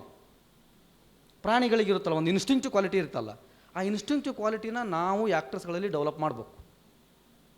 ಹಾಗಂತ ಓಕೆ ಮೈಂಡನ್ನು ಸ್ವಿಚ್ ಆಫ್ ಮಾಡೋದಲ್ಲ, ಇಟ್ಸ್ ಆಲ್ವೇಸ್ ದೇ. ನಾನು ಮಾಡೋ ಪ್ರತಿ ಆ್ಯಕ್ಷನಲ್ಲೂ, ನಾನು ತೆಗೆದುಕೊಳ್ಳೋ ಪ್ರತಿ ಉಸಿರಲ್ಲೂ ಮೈಂಡ್ ಇರುತ್ತೆ, ಅದು ಇರಬೇಕು. It's like a observer. Actually ಇದನ್ನು ಗಮನಿಸಿದ್ದೀನಿ ಅವರ ಕೆಲಸ ಮಾಡುವಾಗಲೂ ಕೂಡ, ಈವನ್ ಇಂಪ್ರೂವೈಸೇಷನ್ಸ್ ಮಾಡುವಾಗಲೂ ಕೂಡ ಅಟ್ಲೀಸ್ಟ್ ನಮಗೊಂದು ಟೈಮ್ ಕೊಡ್ತಾರೆ. ಯಾವುದೇ ಆದ ಒಬ್ಬ ಡೈರೆಕ್ಟರ್ ಆಗಿರ್ಬೋದು, 1-2 ನಿಮಿಷ ಯೋಚನೆ ಮಾಡಿ ಅಂತ. ಈವನ್ ಇಂಪ್ರೂವೈಸೇಷನ್ಗೂ ಕೂಡ ಸ್ಪೇಸ್ನ ಕೊಡಲ್ಲ. ಫಾರ್ ದ್ಯಾಟ್ ಥಿಂಗ್ ಅಂದರೆ ಇನ್ಸ್ಟಿಂಕ್ಟಿವ್ ಆಗಿ ಹೊರಡಬೇಕು ಅನ್ನುವ ಈ ಮಾತುಗಳಿಂದ ಫಿಸಿಕ್ಯಾಲಿಟಿಗೆ ಸಂಬಂಧಪಟ್ಟ ಹಾಗೆ, ಧ್ವನಿಗೆ ಸಂಬಂಧಪಟ್ಟ ಹಾಗೆ, ಇಂಪ್ರೂವೈಸೇಷನ್ಸ್ ಅಥವಾ ಮೂಮೆಂಟ್ಸಿಗೆ ಸಂಬಂಧಪಟ್ಟ ಹಾಗೆ ಹಲವಾರು ರಂಗಶಾಲೆಗಳಲ್ಲಿ ಕೆಲಸ ಮಾಡ್ತಾ ಬಂದಿದ್ದೀರಿ. ಸೊ ಈ ಟ್ರೈನಿಂಗ್ ಅನ್ನೋದು ಶಕೀಲ್ ಅವರು ಹೇಗೆ ಕೊಡ್ತಾರೆ? ಎಕ್ಸ್ಪ್ಲೇನ್ ಮಾಡೋದು ಕಷ್ಟ. ಒಂಚೂರು ನೋಡ್ತೀನಿ ಅಂದರೆ ಮಾಡಿ ತೋರಿಸ್ತಾನೆ. ಒಂದು ಡೆಫಿನೆಟ್ ಚಿಕ್ಕದಾಗಿ ಒನ್ ಎಕ್ಸಸೈಸ್. ನಾನು ಥಿಯೇಟರ್ ಸ್ಕೂಲ್ಗಳಲ್ಲಿ ಆಗಲಿ ಅಥವಾ ನನ್ನ ಜೊತೆ ಕೆಲಸ ಮಾಡುವ ನಟರುಗಳ ಜೊತೆ ಆಗಲಿ, ನಾನು ಮಾಡುವ ನೂರಾರು ಸಾವಿರಾರು ಎಕ್ಸಸೈಸ್ಗಳಲ್ಲಿ ಒಂದು ಎಕ್ಸಸೈಸ್ ಒಂದು ರೀತಿಯ ಅದು ಎಲ್ಲವನ್ನು ಮಾತಾಡದೇ ಇದ್ರೂ ಒಂದು ಸಿಂಪಲ್ ಪ್ರಿನ್ಸಿಪಲ್ ಮಾತಾಡಬಹುದೇನೋ. ಇನ್ಸ್ಟಿಂಕ್ಟ್ ಯಾಕೆ ಇಂಪಾರ್ಟೆಂಟ್ ಆಗುತ್ತೆ ಯಾಕಂದರೆ ಇಂಟೆಲೆಕ್ಚುವಲ್ ಗೇಟ್ಗಿಂತ ಯಾವಾಗ ನನ್ನ ಮೈಂಡ್ ಇಂಟರ್ಫಿಯರ್ ಆಗುತ್ತೋ ನಾನು ಮಾಡುವ ಕೆಲಸದಲ್ಲಿ ದೇರ್ ಇಸ್ ಅ ಗ್ಯಾಪ್ ಸೃಷ್ಟಿ ಆಗೇ ಬಿಡುತ್ತೆ. ಆ್ಯಕ್ಷನ್ಗೂ ಮತ್ತೆ ನಾನು ಯೋಚನೆ ಮಾಡುವ ಟೈಮಿಂಗು ಮತ್ತೆ ಒಂದು ಅದು ಕಣ್ಣಿಗೆ ಕಾಣದೇ ಇರುವಂಥ ಗ್ಯಾಪ್ ಬರುತ್ತೆ. ಅದೇ ಇಂಟೆಲೆಕ್ಚುವಲ್ ಅದನ್ನು ತೆಗಿಬೇಕು ಅಂತಂದ್ರೆ ಮೈಂಡನ್ನು ನಾವು just keep it as observe ಅಂತ ಹೇಳಿದೆ ಆಲ್ರೆಡಿ. ಅದು ಹೇಗಾಗುತ್ತೆ ಇನ್ಸ್ಟಿಂಕ್ಟ್ ಆಗಿ ಒಂದು ಡಿಸಿಷನ್ ಹೆಂಗೆ ತಗೊಳ್ತಾನೆ. ಸಿಂಪಲ್ ಎಕ್ಸರ್ಸೈಸ್ ಶುರು ಮಾಡುವಾಗ ಅದು ಆ್ಯಕ್ಚುಲಿ ಕೇವಲ ಈ ಐಸೋಲೇಟಿಂಗ್ ಬಾಡಿ ಪಾರ್ಟ್ಸ್ ಅಂತ ಒಂದು ಎಕ್ಸರ್ಸೈಸ್ಗಳು ಅದರ ಮೂಲಕ ಅದನ್ನು ನಾನು ಡೆವಲಪ್ ಮಾಡಿದೆ. ನಾನು ನಿಧಾನ ಶುರು ಮಾಡುವಾಗ ಅವ್ರು ಹೇಳ್ತೇನೆ ಬಾಡಿ ವೇಟ್ ಶಿಫ್ಟ್ ಮಾಡಿ ಶಿಫ್ಟ್ ನಿಮ್ಮ ಪಾದದ ಪ್ರತಿ ಭಾಗವೂ ಕೂಡ ನಿಮ್ಮ ಅನುಭವಕ್ಕೆ ಬರಬೇಕು, ಜನಕ್ಕೆ ಟಚ್ ಆಗ್ತದೆ. Every part of your feet should feel the ground is long of the ground. So you shift the weight, lift, chin, shape. In mind everything should be in your seat. So just observe it. Get shape. Shape. Slowly you start to breathe. You breathe in, breathe out.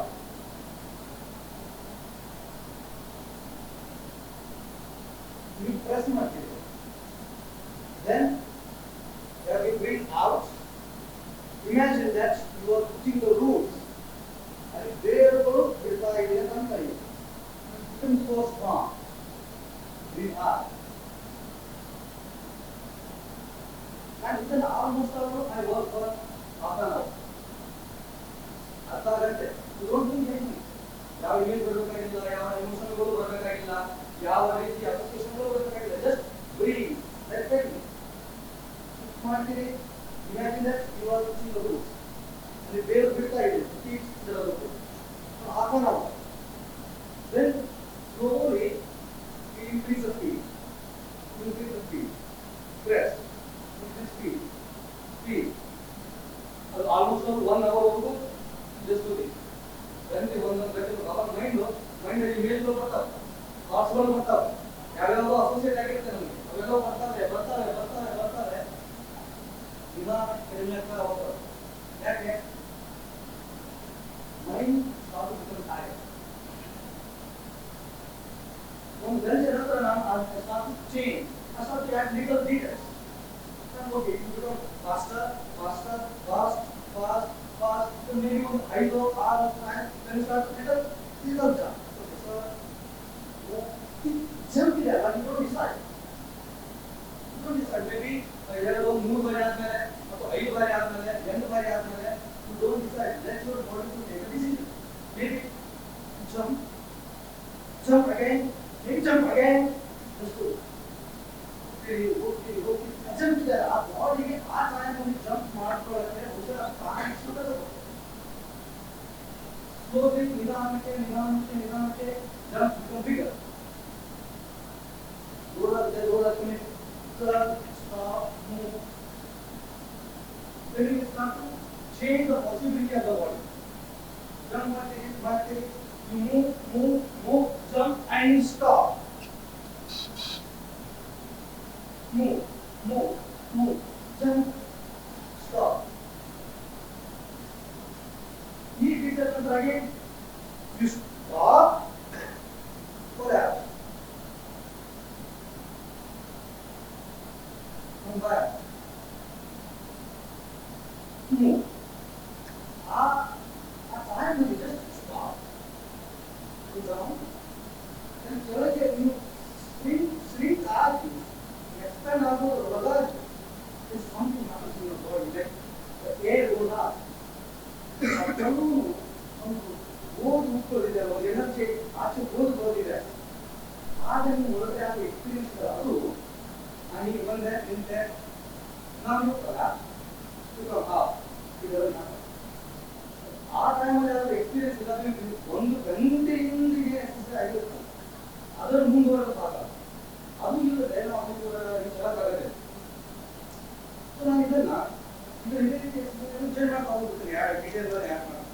next time, stop, pick it up, down, to the top, ಮತ್ತೆ move ಮಾಡ್ತೀರಿ, jump ಮಾಡ್ತೀರಿ, stop ಮಾಡ್ತೀರಿ, ಬರಾತೀರಿ, then start to roll. So, listen, stop, collapse, you go, stop, up, move. ಈ ಕಡೆ ಎಲ್ಲಿವರೆಗೂ move ಆಗ್ತೀರಿ ಅಂದ್ರೆ ಅಲ್ಲಿ 3 hours. 3 ಗಂಟೆ ನಾನು ಶುರು ಮಾಡುವಾಗಲೇ ವರ್ಕ್ ಯಾಕೆ ಕೇಳ್ತೇನೆ, ಇಲ್ಲ ನೀರು ಕುಡಿಯೋದಿದ್ರೆ ನಿಮಗೆ ವಾಶ್ರೂಮ್ ಯೂಸ್ ಮಾಡೋದಿದ್ರೆ ಮುಂಚೆನೆ ಹೋಗಿ ಬಂದ್ಬಿಟ್ಟು ಯು ಡೋಂಟ್ ಸ್ಟಾಪ್. ಯಾಕೆ ಯಾವಾಗ ಈ 3 hours ವರ್ಕಲ್ಲಿ 1 ಗಂಟೆ 1.5 ಗಂಟೆವರೆಗೂ ನಾವು ಯಾವ ರೀತಿ ಜಂಪ್ ಮಾಡ್ತೀವಿ, ಯಾವ ರೀತಿ ಸ್ಟಾಪ್ ಮಾಡಿದ್ರೆ ಫಿಸಿಕಲಿ ಹಂಗೆ ಇರ್ತದೇನ ಅಥವಾ ಹೀಗೆ ಇರ್ತೇನಾ,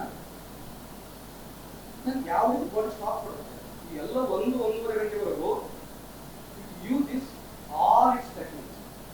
ಇದರಲ್ಲಿ ನಮ್ಗೆ ಏನು ಗೊತ್ತಿದೆಯೋ, ಯಾವ ರೀತಿ ಪ್ರೋಸೆಸ್ಗಳಿದಾವೋ, ಯಾವ ರೀತಿ ಹ್ಯಾಬಿಟ್ಗಳು ನಮ್ಗೆ ಇದಾವೋ ಅದೆಲ್ಲ ಬಳಸ್ಕೊಂಡ್ಬಿಡುತ್ತೆ.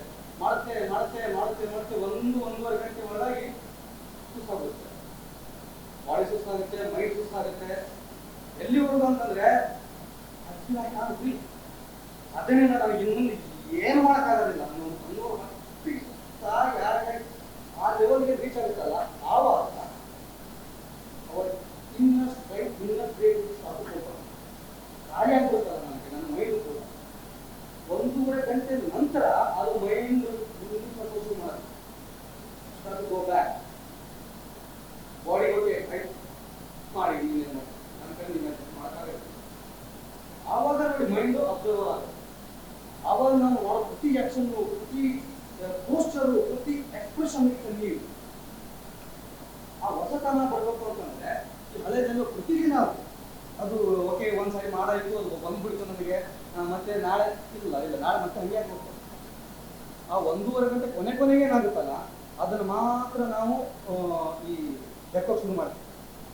ಅಂದರೆ ಒಂದು ನಾಟಕ ಕಟ್ತೇವೆ ಅಂತಾದರೆ ಆ ಟೈಮಲ್ಲಿ ಆ ರೀತಿಯ ಕ್ರಿಯೇಟಿವಿಟಿಯಲ್ಲಿ ಹುಟ್ಟಿರುವ ಒಂದು ಸಣ್ಣ ಆ್ಯಕ್ಷನ್, ಒಂದೇ ಒಂದು ಆ್ಯಕ್ಷನ್, ಒಂದೇ ಒಂದು ಎಕ್ಸ್ಪ್ರೆಷನ್ ಅಥವಾ ಒಂದೇ ಒಂದು ಇಮೇಜು ಆ ನಟನ ಒಳಗಡೆ ಕ್ರಿಯೇಟ್ ಆಗಿರುತ್ತಲ್ಲ, ಅವುಗಳನ್ನು ನಾನು ನಿಧಾನಕ್ಕೆ ಜೋಡಿಸ್ತಾ ತಿಂಗಳಾನುಗಟ್ಟಲೆ ಮುಂದೆ ನಾಟಕ ಹುಟ್ಟುತ್ತೆ. ಹಿಂಗಾಗಿ ಎಷ್ಟು ಬಾರಿ ಫೇಲೇ ಆಗುತ್ತೆ. ಸೊ ನಾನು ಆ್ಯಕ್ಚುಲಿ ವರ್ಗೀಕರಿಸ್ಬಿಟ್ಟಿದ್ದೀವಿ ನಾವು. ಓಕೆ, ಇದು ಈ ನಟ ಫಿಸಿಕಲಲ್ಲಿ ಸ್ಟ್ರಾಂಗ್ ಇರುವಂತಹ ನಟ, ಈ ನಟ ಇಲ್ಲ, ಅವನು ಚೇರ್ ಮೇಲೆ ಹಾಕ್ಕೊಂಡು ಆರಾಮಾಗಿ ಕೂತು ಆಯಿತಾ ಆರಾಮಾಗಿ ಮಾತಾಡ್ತಾ ಹೋಗ್ತಾನೆ ಅನ್ನೋದು. ಈ ವರ್ಗೀಕರಣದ ಬಗ್ಗೆ ನಿಮ್ಗೆ ಏನು ಅನ್ಸುತ್ತೆ? ನನಗೇನು ಅನಿಸುತ್ತೆ ಅಂದರೆ sir, I don't think there is something, ಈ ಬೈಫರ್ಕೇಷನ್ ಇದೆ ಅಲ್ಲ, ಇಟ್ ಎಕ್ಸಿಸ್ಟ್. ಇದು ಫಿಸಿಕಲ್ ಥಿಯೇಟರು, ಇದು ಟೆಕ್ಸ್ಟ್ ಬೇಸ್ಡ್ ಥಿಯೇಟರು, ಇದು ಆ ರೀತಿ ಈ ರೀತಿ ಇಲ್ಲ. ಥಿಯೇಟ್ರ್ ಆ ಥರ ಇಲ್ಲ, ಮತ್ತು ನಟರು ಆ ಥರ ಇಲ್ಲ. ಆ ಥರ ಇರೋಕ್ಕೆ ಸಾಧ್ಯನೇ ಇಲ್ಲ. ನಮಗೆ ಈ ಫಿಸಿಕ್ಯಾಲಿಟಿ ಮತ್ತು ನಮ್ಮ ವೋಕಲ್ ಕ್ವಾಲಿಟಿ ಆ್ಯಂಡ್ ನಮ್ಮ ಮೈಂಡ್ ಇದೆ ಅಲ್ಲ, ಅದು ಎಲ್ಲವೂ ಅದು ಇಟ್ಸ್ ಅದು ಒಂದು ಆಗಬೇಕು. ನಾವು ಅದನ್ನು ಸೆಪ್ರೇಟ್ ಮಾಡಿ, ಈಗ ಉದಾಹರಣೆಗೆ ನಾನು ಅಲ್ಲಿ ಏನೋ ಮಾಡ್ತಿದ್ದೆ, ನಾನು ಏನೂ ಮಾಡ್ತಿಲ್ಲ, ಫಿಸಿಕಲಾಗಿ ಕೂತಿದ್ದೇನೆ. Am I not speaking? I am. ನನ್ನ ಒಳಗಡೆ ಓಡ್ತಾನೇ ಇದೆ ನನ್ನ ಮೈಂಡು, ಚಿತ್ರಗಳು ಮೂಡ್ತಾನೆ ಇದ್ದಾವೆ, ನನ್ನ ಎಕ್ಸ್ಪೀರಿಯನ್ಸ್ಗಳು ಎಕ್ಸ್ಪ್ರೆಸ್ ಆಗ್ತಾನೇ ಇದ್ದಾವೆ. ಅದು ನನ್ನ ಯಾವ ರೀತಿ ಹೊರಗಡೆ ಎಕ್ಸ್ಪ್ರೆಸ್ ಆಗ್ತಿದ್ದಾವೆ ಅನ್ನೋದು ನಾನು ಆಗಿರೋ ಟ್ರೈನಿಂಗ್ ಮೇಲೆ ನಾನು ಮಾತಾಡ್ತಿದ್ದೇನೆ. ಉದಾಹರಣೆಗೆ, am I not moving? Yes, I am. Mentally I am moving. ನಾನು ಹೊರಗಡೆ ಮೂವ್ ಮಾಡ್ದೇನೆ ಒಂದೇ ಒಂದು ಬಾಡಿ ಪಾರ್ಟನ್ನು ಅಲ್ಲಾಡದೆ ಮಾತಾಡುವಾಗ ನನ್ನ ಇನ್ನರ್ ಮೂಮೆಂಟು ಇನ್ನೂ ಇಂಟೆನ್ಸ್ ಆಗಿರುತ್ತೆ, ಇನ್ನೂ ಜಾಸ್ತಿ ಆಗಿರುತ್ತೆ. ಮತ್ತು ಹೋಗಿದ್ದು ತುಂಬ ಇಂಟೆಲೆಕ್ಚುವಲ್ ಥಿಯೇಟ್ರು ಅಥವಾ ತುಂಬ ಓಕೆ ಇದೆ, use lots of mind and ಅದು ಇಲ್ಲ. ನಮಗೆ ಮೈಂಡನ್ನು ನಾವು ಸ್ವಿಚ್ ಆಫ್ ಮಾಡಿ ಅಂತ ಇರೋಕ್ಕೆ ಸಾಧ್ಯನೇ ಇಲ್ಲ. It's always there. ಆದರೆ ನಮ್ಮ ಸ್ಟೈಲ್ ಮಾತ್ರ ಅದು. ನಾನು ಫಿಸಿಕಲ್ ಆಗಿಯೇ ನನ್ನ ಸ್ಟೈಲನ್ನು ಕಟ್ತೇನೆ, ಅಥವಾ ನಾನು ಬರೀ ಕೂತ್ಕೊಂಡೇ ನಟರನ್ನು ಮಾತಾಡಿಸ್ತೇನೆ. ಅದು ಇನ್ನೊಂದು ಏನಾಗಿದೆ ಗೊತ್ತಾ ಸರ್, ಈಗ ಅದು ನಾಟಕಕ್ಕೆ ಸಂಬಂಧಪಟ್ಟಿದ್ದು, ಅದು ಸ್ಟೈಲ್ಗೆ ಸಂಬಂಧಪಟ್ಟಿದ್ದು. ಯಾವುದೋ ಒಂದು ಸ್ಕ್ರಿಪ್ಟನ್ನು ನಾನು ತಗೊಂಡು ಕೆಲಸ ಮಾಡುವಾಗ ಮಾಡ್ತಾ ಆ ಪ್ರೊಸೆಸ್ಸಲ್ಲಿ ಇಲ್ಲ, ನಾನು ಇದನ್ನು ಈ ಸ್ಟೈಲಲ್ಲಿ ಮಾತ್ರ ಕಟ್ತೇನೆ. ಮತ್ತು ಯಾವುದೋ ನಾಟಕ ಮಾಡುವಾಗ ನಾನು ಬಹುಶಃ ಉದಾಹರಣೆಗೆ ಹೇಳೋದಾದರೆ, ನಾನೇ ಮಾಡಿದ ಕೆಲವೊಂದು ನಾಟಕಗಳಲ್ಲಿ ನಾವು ಉಳಿದ ಸಾಕ್ಷಿಗಳು ಅಂತ ಒಂದು ನಾಟಕ ಮಾಡಿದ್ವಿ. ಉಳಿದ ಸಾಕ್ಷಿಗಳಲ್ಲಿ ಮಾತುಗಳಿರಲಿಲ್ಲ. ಇತ್ತು ಹಿಂದ್ಗಡೆ ಯಾವುದೋ ಒಬ್ಬರು ಲೈನ್ ಬಂದು ಹೋಗ್ಬಿಡ್ತಾ ಇತ್ತು. ನಾವು ಬರೀ ಇಮೇಜ್ಗಳ ಮೂಲಕ ನಟರ ಫಿಸಿಕಲ್ ಕನೆಕ್ಷನ್ಗಳ ಮೂಲಕ ಕಟ್ಟಿದ್ವಿ. ಅನಾಮಿಕನ ಸಾವನ್ನು ಕೂಡ ನಾವು ತುಂಬ ಫಿಸಿಕಲ್ ಆಗಿ ಶುರು ಮಾಡಿದ್ದು. ಬಟ್ ಕೊನೆಗೆ ಅದು ಎಂಡ್ ಆಗಿದ್ದು ಹೆಂಗೆ ಅಂತಂದರೆ ಕೂತ್ಕೊಂಡಿಬ್ರು ಮಾತಾಡೋ ಲೆವೆಲ್ ಬಂದುಬಿಡ್ತು ಅದು. ಆದರೆ ಅವರು ಇಬ್ಬರು ಬರೀ ಕೂತ್ಕೊಂಡು ಮಾತಾಡ್ತಿದ್ದಾರೆ ಅಂತಂದರೆ ಅದು ಅಲ್ಲಿಂದ ಶುರು ಆಗಿದ್ದಲ್ಲ. ಅದರ ಹಿಂದೆ ಅದೇ ರೀತಿಯ ಫಿಸಿಕಲ್ ಟ್ರೈನಿಂಗ್ ಇದೆ ಅದಕ್ಕೆ. ನಾವು ಆ ಐಡಿಯಾವನ್ನು ಎಕ್ಸಿಕ್ಯೂಟ್ ಮಾಡುವಾಗ ಒಂದು ಸ್ಟೈಲ್ ಆಯ್ಕೆ ಮಾಡ್ಕೋತೀವಲ್ಲ, ಅದನ್ನು ಇಟ್ಕೊಂಡು ನಾವು ಇದು ಫಿಸಿಕಲ್ ಥಿಯೇಟ್ರು ಇದು ಥಿಯೇಟ್ರ್ ಅಂತಂದರೆ ತಪ್ಪಾಗಿಬಿಡುತ್ತೆ. ಮತ್ತು ಅದು ಇಟ್ ಡಸಂಟ್ ಎಕ್ಸಿಸ್ಟ್. ಆ ಥರ ಮಾಡಲೂಬಾರ್ದು ನಾವು. ಆ ಥರ ಮಾಡೋದ್ರಿಂದನೇ ಆ್ಯಕ್ಚುಲಿ ನಟರಿಗೆ ದೊಡ್ಡ ಹಿಂಸೆ ಆಗೋದು, ಈ ಕನ್ಫ್ಯೂಷನ್ಸ್ಗಳನ್ನು ಹುಟ್ಟೋದು. ನನ್ನ ಮುಂದಿನ ಪ್ರಶ್ನೆ ಅದೇ ಆಗಿತ್ತು. ಓಕೆ, ನೀವು ಒಂದು ನಾಟಕವನ್ನು ಕಟ್ಟುವಾಗ ಒಬ್ಬ ನಿರ್ದೇಶಕರಾಗಿ ಯಾವ ಮಾನದಂಡಗಳನ್ನು ಇಟ್ಟುಕೊಂಡು ನಾಟಕ ಕಟ್ತೀರಿ? ಓಕೆ, ನೀವು ಹೇಳ್ದಂಗೆ ಹಲವಾರು ನಾಟಕಗಳನ್ನು ಮಾಡಿಸಿದ್ದೀರಿ. ಉಳಿದ ದೇಹಗಳು, ಉಳಿದ ಸಾಕ್ಷಿಗಳು, ಮಿತಿಮೀರಿದ ಮೋಜುಗಾರ, ರೇಖೆಗಳು, okay, for a bite of food ಇತ್ಯಾದಿ. ಓಕೆ, ಈ ಎಲ್ಲ ನಾಟಕಗಳು ಬೇರೆ ಬೇರೆ ಕಥಾಹಂದರವಿರುವ ಮತ್ತು ಬೇರೆ ಬೇರೆ ಶೈಲಿಯ ನಾಟಕಗಳು. ಸೊ ಬೇರೆ ಬೇರೆ ರೀತಿಯ ಫಾರ್ಮ್ ಅಥವಾ ಬೇರೆ ಬೇರೆ ರೀತಿಯ ಕಥೆಗಳನ್ನು ಹೇಗೆ ಕಟ್ತಾ ಹೋಗ್ತೀರಿ? ಫಾರ್ಮ್ ಬಗ್ಗೆ ನಂಗೆ ಗೊತ್ತಿಲ್ಲ. ಫಾರ್ಮ್ ಅದು ಆ ಟೈಮಲ್ಲಿ ಆ ಪ್ರೊಸೆಸ್ಸಲ್ಲಿ ಹುಟ್ಕೊಳ್ಳುವಂಥದ್ದು. ಕತೆ ನಾನು ಸ್ಟಾರ್ಟಿಂಗಲ್ಲಿ ಆಯ್ಕೆ ಮಾಡ್ಕೊಳ್ಳೋದಿಲ್ಲ. ನಾನು ಅಂದರೆ ಸ್ಕ್ರಿಪ್ಟ್ ತಗೊಂಡು ನಾಟಕ ಶುರು ಮಾಡೋದಿಲ್ಲ. ನಾನು ಯಾವತ್ತೂ ಮಾಡಿಲ್ಲ. ಅದು ಅನಾಮಿಕನ ಸಾವು ಮಾತ್ರ ಮಾಡಿದ್ವಿ ನಾವು. ಅದು ಬೇರೆ ಯಾವುದೋ ಕಾರಣಕ್ಕೆ ಒಬ್ಬರು ನಾಟಕ ಮಾಡಬೇಕಾಗಿತ್ತು, ಆ ಟೈಮಲ್ಲಿ ಸ್ಕ್ರಿಪ್ಟ್ ತಗೊಂಡಿದ್ವಿ, ಇದ್ರ ಮೇಲೆ ಮಾಡುವಂತಾಗಿತ್ತು. ಅದು ಬಿಟ್ಟರೆ ನಾನು ಯಾವ ನಾಟಕಗಳನ್ನು ನಾವು ಸ್ಕ್ರಿಪ್ಟ್ ತಗೊಂಡು ಶುರು ಮಾಡಿಲ್ಲ. ನಾನು ಆಗಲೇ ಹೇಳಿದ್ದೆ, ನಾನು ನಾಟಕ ಮಾಡುವಾಗ ಒಂದು 3 ಪ್ರೊಸೆಸ್ಸಲ್ಲಿ ಕೆಲಸ ಮಾಡ್ತೇನೆ. ನಾನು ನಮ್ಮ ನಟರೆಲ್ಲ ಸೇರಿ ಫಸ್ಟ್ ಪ್ರೊಸೆಸ್ ಇದೆಯಲ್ಲ, ಇಸ್ ಜಸ್ಟ್ ಅ ಟ್ರೈನಿಂಗ್. ಅದು ಫಿಸಿಕಲ್ ಹೌದು, ವೋಕಲ್ಲು, ಮೆಂಟಲ್ಲು ಎಲ್ಲ ಟ್ರೈನಿಂಗ್. ಆಲ್ಮೋಸ್ಟ್ ಅಲ್ಲಿ ಸುಮಾರು ಒಂದು 20-25 ದಿನ. ಯಾಕೆ ನಾವು ಎಲ್ಲರೂ ಬೇರೆ, ನಾವು ಬಂದಿರುವ ಹಿನ್ನೆಲೆ ಬೇರೆ, ನಾವು ಅಥವಾ ನಟರಾಗಿದ್ದರೆ ನಾವು ತೆಗೆದುಕೊಂಡಿರುವ ಟ್ರೈನಿಂಗ್ಗಳು ಬೇರೆ. ಬೇರೆ ಬೇರೆ ರೀತಿಯ ಟ್ರೈನಿಂಗಿಂದ ಬಂದವರನ್ನು, ಬೇರೆ ಬೇರೆ ಹಿನ್ನೆಲೆಯಿಂದ ಬಂದವರನ್ನು ನಾವು ಆಯಿತು ನೀವು ಇಬ್ಬರು ಸೇರ್ಕೊಳ್ಳಿ ಈಗ ಒಂದು ಇಂಪ್ರೂವೇಷನ್ ಮಾಡಿ ಅಂತಂದಾಗ ಭಾಳ ದೊಡ್ಡ ಸಮಸ್ಯೆ ಅದು. ಅದು ಸರಿಯಲ್ಲ ಅದು. ಯಾಕೆಂತಂದರೆ ನಾವು 2 ಲ್ಯಾಂಗ್ವೇಜ್ಗಳಲ್ಲಿ ಮಾತಾಡೋಕೆ ಶುರು ಮಾಡಿಬಿಟ್ರೆ ಯಾವುದನ್ನು ಕಮ್ಯುನಿಕೇಟ್ ಮಾಡ್ತೀರಿ ನೀವು? We have to find a common language. ಹೀಗಾಗಿ ಆ 20 ದಿನದ ಟ್ರೈನಿಂಗಲ್ಲಿ ನಾನು ಎಷ್ಟಾಗುತ್ತೋ ಅಷ್ಟು ಎಲ್ಲರನ್ನೂ ಕೂಡ I try to bring them into a same platform. ಅದು ಎಷ್ಟು ಮಟ್ಟಿಗೆ ಸಾಧ್ಯ ಆಗುತ್ತೋ ಆಗಲ್ಲ ಅನ್ನೋದು ಅದು ಬೇರೆ ವಿಷಯ. ಆ ಟ್ರೈನಿಂಗಿನ ಮೂಲಕ ಎಲ್ಲರೂ ಒಬ್ಬರು ಇನ್ನೊಬ್ಬರ ಜೊತೆ ರಿಯಾಕ್ಟ್ ಮಾಡೋಕ್ಕೆ ಸಾಧ್ಯ ಆಗೋ ಥರ, ಒಬ್ಬರು ಇನ್ನೊಬ್ಬರ ಜೊತೆ ಮಾತಾಡೋಕ್ಕೆ ಸಾಧ್ಯ ಆಗೋ ಥರ. ಮಾತಾಡೋದು ಅಂತಂದರೆ ಕೂತ್ಕೊಂಡು ಮಾತಾಡೋದಲ್ಲ. ಅದಕ್ಕೆ ಮೊದಲನೆಯ ಫೇಸು ನಾನು ಫಿಕ್ಸ್ ಮಾಡೋದು. 2ನೆಯ ಫೇಸಿಗೆ ಬರೋ ಟೈಮಲ್ಲಿಗೆ ಆ್ಯಕ್ಟರ್ಸರು ಇಷ್ಟು ದಿನ ಆಗಿರೋ ಟ್ರೈನಿಂಗಿನ ಮೂಲಕ ನಿಧಾನಕ್ಕೆ ಫಿಸಿಕಲ್ ಇಂಪ್ರೂವೇಷನ್ ಶುರು ಆಗೋದು. ಪ್ರತಿಯೊಬ್ಬರಿಗೂ ಕೂಡ ಅವರದೇ ಆದ ಏನೋ ಒಂದು ಹೇಳಬೇಕು ಅಂತ ಇರುತ್ತೆ ನಟರಿಗೆ. ಅದು ಇರಬೇಕು ಕೂಡ, ಇರಬೇಕು. ಅದು ಯಾವಾಗಲೂ ನಾವು ಓಕೆ ಇರೋ ಕಥೆನ, ಇದು ಸ್ಕ್ರಿಪ್ಟು, ಇದು ಲೈನು, ಇದನ್ನು ಹೀಗಿದೆ, ಇದು ಹೆಂಗೆ ಹೇಳ್ಬೇಕು ಹೇಳಿ ನಾನು ಹೇಳ್ತೇನೆ ಅಂತಂದರೆ ಇಟ್ಸ್ ನಾಟ್ ಇನಫ್. ಈಗ ಎಸ್ಪೆಷಲಿ ಈಗ ನಾವು ಈಗಿನ ಕಾಲದಲ್ಲಿ ಅದು ಪ್ರತಿಯೊಬ್ಬರಿಗೂ ಒಂದು ಐಡಿಯಾ ಅಂತ ಇರಬೇಕು. ಅದರ ಮೂಲಕನೇ ಅವರು ಒಬ್ಬರು ಇನ್ನೊಬ್ಬರ ಜೊತೆ ನಾವು ಡೈಲಾಗ್ ಮಾಡುವಾಗ, ಇಂಪ್ರೂವೈಸ್ ಮಾಡುವಾಗ ಅಲ್ಲಿ ನಿಧಾನಕ್ಕೆ ಒಂದು ಸಣ್ಣ ಯಾವುದೋ ಒಂದು ಐಡಿಯಾ ಅಂತ ಅನ್ನೋದು ಕಾಣೋಕ್ಕೆ ಶುರು ಆಗುತ್ತೆ, ಒಂದು ಇಮೇಜ್ ಅನ್ನೋದು ಕಾಣೋಕ್ಕೆ ಶುರು ಆಗುತ್ತೆ. 2ನೇ ಹಂತದ ಟ್ರೈನಿಂಗ್ ನಾನು ಮಾಡೋದೇ ಅಲ್ಲಿ, ಅಥವಾ ಅಲ್ಲಿ ನಾನು ಆಗ 2ನೇ ಹಂತದಲ್ಲಿ ಸ್ಕ್ರಿಪ್ಟ್ ಆಯ್ಕೆ ಮಾಡಿಕೊಂಡ್ರೆ ಆ ಟ್ರೈನಿಂಗು ಮತ್ತು ಅಲ್ಲಿ ಎಕ್ಸ್ಪ್ಲೋರೇಷನ್ಗಳು ಎಲ್ಲವೂ ಆ ಸ್ಕ್ರಿಪ್ಟಿಗೆ ಸಂಬಂಧಪಟ್ಟಿದ್ದು. ನಾವು ನಾಟಕ ಅಂತ ನಾವು ಸ್ಟೇಜ್ ಮೇಲೆ ಏನು ನೋಡ್ತೀವೋ ಅದು ಲಾಸ್ಟ್ ಫೇಸಲ್ಲಿ ಅದರ ಕಂಪೋಸಿಷನ್ನು, ಅದರ ಬ್ಲಾಕಿಂಗು, ಅದರ ಆ್ಯಕ್ಟಿಂಗು ಎಲ್ಲವೂ ಡಿಸೈಡ್ ಆಗೋದು ಕೊನೆಯಲ್ಲಿ. ಬಟ್ ಈ 3 ನಾನು ಯಾವುದೇ ನಾಟಕ ಮಾಡಿದ್ರೂ ಮಾಡ್ತಿರ್ತೇನೆ. ಅನಾಮಿಕನ ಸಾವಿಗೆ ಮಾತ್ರ ಅದು ಯಾವುದೋ ಒಂದು ಪ್ರಾಜೆಕ್ಟ್ ಇತ್ತು, ನಮಗೆ ಒಂದು ತಿಂಗಳಲ್ಲಿ ನಾಟಕ ಮಾಡಬೇಕಾಗಿತ್ತು, ಅವರು ಸಡನ್ನಾಗಿ ಒಂದು ನಾಟಕ ಮಾಡಿಸಿ ಅಂತ ಹೇಳಿದ್ರು. ಹೀಗಾಗಿ ಒಂದು ಸ್ಕ್ರಿಪ್ಟ್ ಇತ್ತು ಮಾಡುವಂತ ಶುರು ಮಾಡಿದ್ವಿ ನಾವು. ಬಿಟ್ಟರೆ ನಾರ್ಮಲಾಗಿ ನಾನು ಇದೇ ಪ್ರೊಸೆಸ್ಸಲ್ಲಿ ಕೆಲಸ ಮಾಡ್ತೇನೆ ಸರ್. ನಿಮ್ಮ ಜೊತೆ ಮಾತಾಡ್ತಾ ಮತ್ತೊಂದು ಹೇಳಿದ್ರಿ, ಈ ಎಲ್ಲ ನಾಟಕಗಳಲ್ಲಿ ಈ ಆಬ್ಜೆಕ್ಟ್ ಟ್ರಾನ್ಸ್ಫಾರ್ಮೇಷನ್ ಅನ್ನೋದು ವಿಭಿನ್ನವಾಗಿತ್ತು ಅನ್ನೋದ್ರ ಬಗ್ಗೆ. ಸೊ ಏನದು ಆಬ್ಜೆಕ್ಟ್ ಟ್ರಾನ್ಸ್ಫಾರ್ಮೇಷನ್?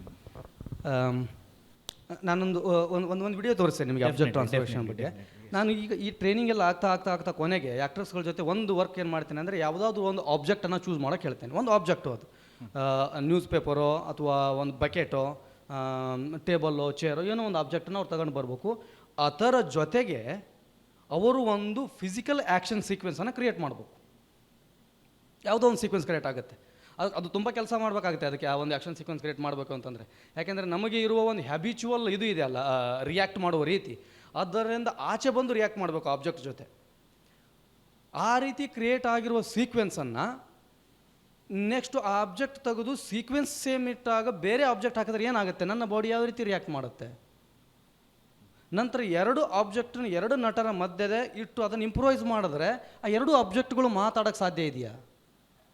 ಸೊ ಈ ರೀತಿ ನಾನು ಕೆಲಸ ಮಾಡ್ತಾ ಮಾಡ್ತಾ ಕೊನೆಗೆ ಒಂದು ಸೀನೋ ಒಂದು ಸೀಕ್ವೆನ್ಸು ಹುಟ್ಟುತ್ತಾ ಆಮೇಲೆ ಅದರ ಮೇಲೆ ಟೆಕ್ಸ್ಟ್ ಜೊತೆ ಅದು ಇಟ್ಟಾಗ ಮತ್ತೆ ಹೆಂಗೆ ಬದಲಾಗುತ್ತೆ ಅನ್ನೋದು ರೀತಿಯಲ್ಲಿ ಕೆಲಸ ಮಾಡ್ತೇನೆ. ಬೇಕಿದ್ರೆ ನಾನು ಒಂದು ಸಣ್ಣ ವಿಡಿಯೋ ಇದೆ ತೋರಿಸ್ಬೋದು ನನಗೆ.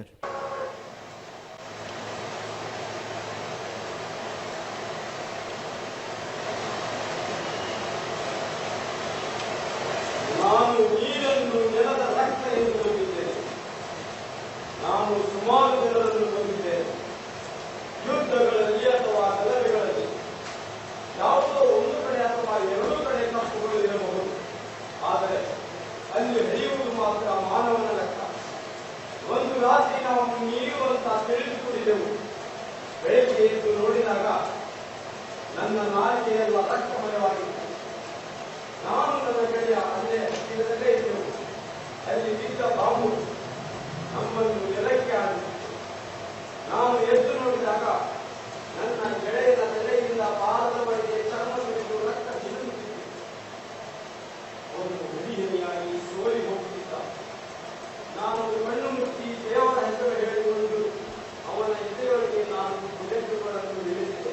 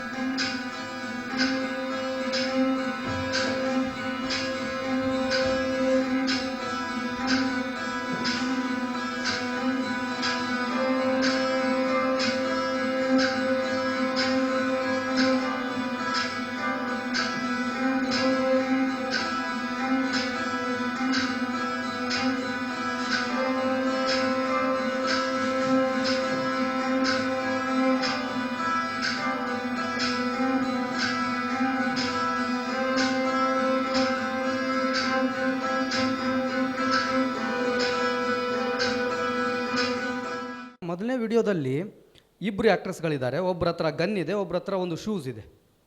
ಅದು ಟ್ರೈನಿಂಗಲ್ಲಿ ಶುರು ಆದಾಗ ಅವರು ಇದೆಲ್ಲ ಟ್ರೈನಿಂಗ್ ಆದಮೇಲೆ ಆಬ್ಜೆಕ್ಟ್ಗಳ ಜೊತೆ ಕೆಲಸ ಮಾಡಿದ್ಮೇಲೆ ಬಹುಶಃ ಆ ಗನ್ ಹಿಡ್ಕೊಂಡಿರೋ ಆ್ಯಕ್ಟ್ರು ಯಾವುದೋ ಒಂದು ಕೋಲ್ ಹಿಡ್ಕೊಂಡು ಏನೋ ಕೆಲಸ ಮಾಡಿದ್ದ ಅವನು. ಆ ಕೋಲ್ ಹಿಡ್ಕೊಂಡು ಒಂದು ಆ್ಯಕ್ಷನ್ ಸೀಕ್ವೆನ್ಸ್ ಏನೋ ಕ್ರಿಯೇಟ್ ಮಾಡಿದ್ದ. ಆಮೇಲೆ ಶೂಸ್ ಹಿಡ್ಕೊಂಡವನು ಅದೇನು ಹಿಡ್ಕೊಂಡಿದ್ಯಾ,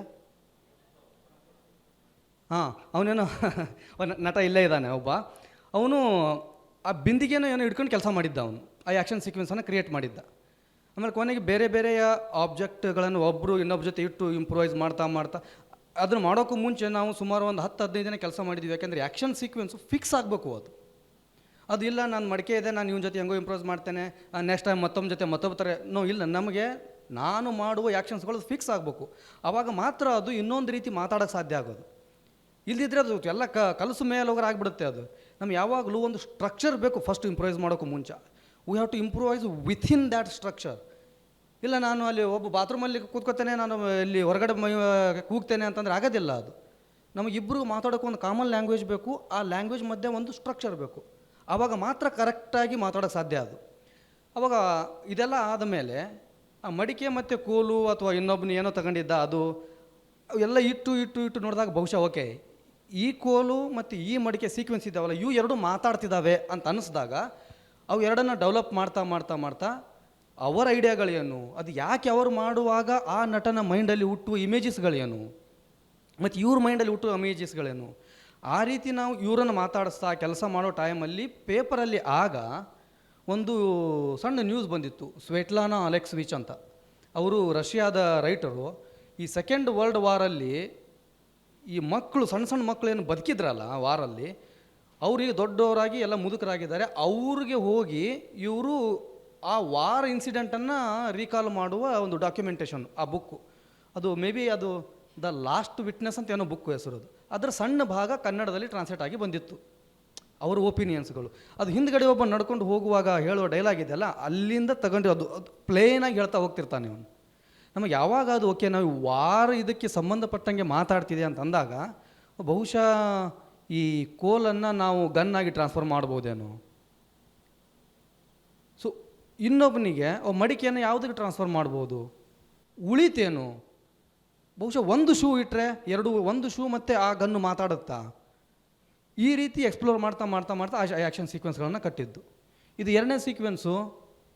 ನ್ಯೂಸ್ಗೆ ಸಂಬಂಧಪಟ್ಟಂಗೆ ನಮಗೆ ಕಂಟೆಂಟ್ ಇಂಪಾರ್ಟೆಂಟ್ ಅಲ್ಲ, ಏನು ಓದ್ತಿದ್ದೇನೆ ಅನ್ನೋದು ಇಂಪಾರ್ಟೆಂಟ್ ಅಲ್ವೇ ಅಲ್ಲ, ಓದ್ತಿರೋದು ನನಗೇನು ಅಫೆಕ್ಟ್ ಆಗ್ತಿದೆ ಅನ್ನೋದು ಇಂಪಾರ್ಟೆಂಟ್ ಅಲ್ವೇ ಅಲ್ಲ. Is passing. ಆಗ ನ್ಯೂಸ್ ಪೇಪರ್ ಇದ್ದರೆ ಈಗ ಸ್ಕ್ರೀನ್ ಹೋಗ್ತಿರುತ್ತೆ. ಅದ್ರ ಮೇಲೆ ಸೊ ನೋಡಿ, ಅವರ ಪ್ರತಿಯೊಂದು ದ ಬಾಡಿ ಲೈನ್ ಇದಾವಲ್ಲ, ದ ಸ್ಟಾಪ್ಸ್, ಅವೆಲ್ಲವೂ ಟ್ರೈನಿಂಗಿನ ಮೂಲಕ ಬಂದಿದ್ದವು. ಆಮೇಲೆ ನಿಧಾನಕ್ಕೆ ಅದು ಫಸ್ಟ್ದು ಉಳಿದ ಸಾಕ್ಷಿಗಳು ವರ್ಕ್ ಮಾಡ್ತಾ ಮಾಡ್ತಾ ನಾವು ಬೇರೆ ಬೇರೆ ಟೆಕ್ಸ್ಟ್ಗಳು ಯಾಡ್ ಆಗ್ತಾ ಹೋಯಿತು. ಆಗ ಮಾಂಟೋ ಅವರ ಒಂದು ಕೆಲವೊಂದು ಕಥೆಗಳ ಇಮೇಜಸ್ಗಳು ಟ್ರಾನ್ಸ್ಫಾರ್ಮ್ ಆದವು. ವೈಕಮ್ ಬಶೀರ್ ಅವರ ಕತೆ ಹೆಸರು ಮರ್ತೋಗಿದೆ ನನಗೀಗ, ಯಾವುದೋ ಇದೇ ರೀತಿ ಇದಕ್ಕೆ ಸಂಬಂಧಪಟ್ಟಿದ್ದು ಆ ಕತೆ ಕೆಲವೊಂದು ಭಾಗಗಳನ್ನು ಇಮೇಜಸ್ಗಳನ್ನ ತೊಗೊಂಡು ಮರ್ಜ್ ಮಾಡಿಕೊಂಡು ಆ ರೀತಿಯ ನಾಟಕಗಳನ್ನು ಕಟ್ಟಿದ್ವಿ ನಾವು. ಇಲ್ಲಿ ಏನಕ್ಕೆ ಅಂತಂದರೆ, ಆಬ್ಜೆಕ್ಟ್ಗಳ ಜೊತೆ ಯಾಕೆ ಕೆಲಸ ಮಾಡ್ತೇನೆ ಅಂದರೆ, ನಾನು ಪ್ರತಿಯೊಂದು ಆಬ್ಜೆಕ್ಟು ಅದಕ್ಕೊಂದು ಕ್ವಾಲಿಟಿ ಇರುತ್ತೆ, ಒಂದು ಸೈಜ್ ಇರುತ್ತೆ, ಒಂದು ಶೇಪ್ ಇರುತ್ತೆ. ಅದು ನನ್ನ ಬಾಡಿಗೆ ನನಗೆ ಮಾಡುವ ಅಫೆಕ್ಟ್ ಏನು, ನಾನು ಇಂಟಲೆಕ್ಚುಲಿ ಯೋಚನೆ ಮಾಡೋದು ಬಿಟ್ಟರೆ ಗೊತ್ತಾಗುತ್ತೆ ಅದು. ಈಗ ನಾನು ನ್ಯೂಸ್ ಪೇಪರ್ ಇದೆ ಅಂತಂದರೆ,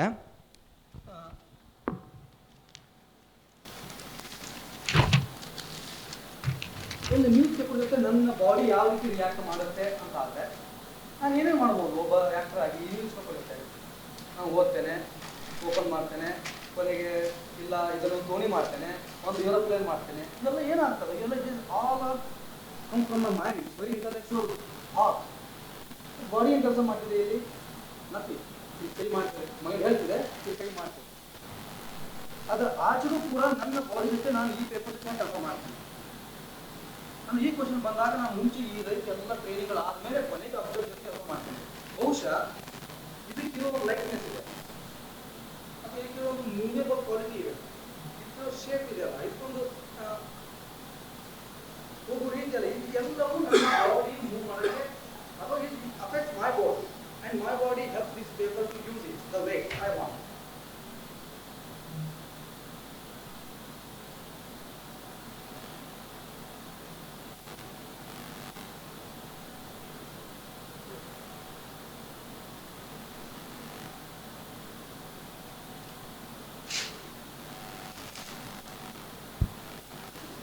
ಈ ಪೇಪರ್ ಎಲ್ಲೇ ಇಟ್ಟಿದ್ರೆ ನನ್ನ ಬಾಡಿ ಈ ಆಕ್ಷನ್ ಸಿಸ್ಟಮ್ ಹುಟ್ಟಿರ್ತಾರೆ. ಒಂದು ವೇಳೆ ಪೇಪರ್ ಪ್ಲೇಸ್ ಅಲ್ಲಿ ಈ ಬಟ್ಟೆ ಇದ್ರಲ್ಲಿ ಹುಟ್ಟಿರ್ತಾರೆ. ಮೇಬಿ ನನ್ನ body works in different way. ನಾನು ಹೀಗೆ ನಿಂತಿದ್ದೇನೆ ಅಂತಂದ್ರೂ ಕೂಡ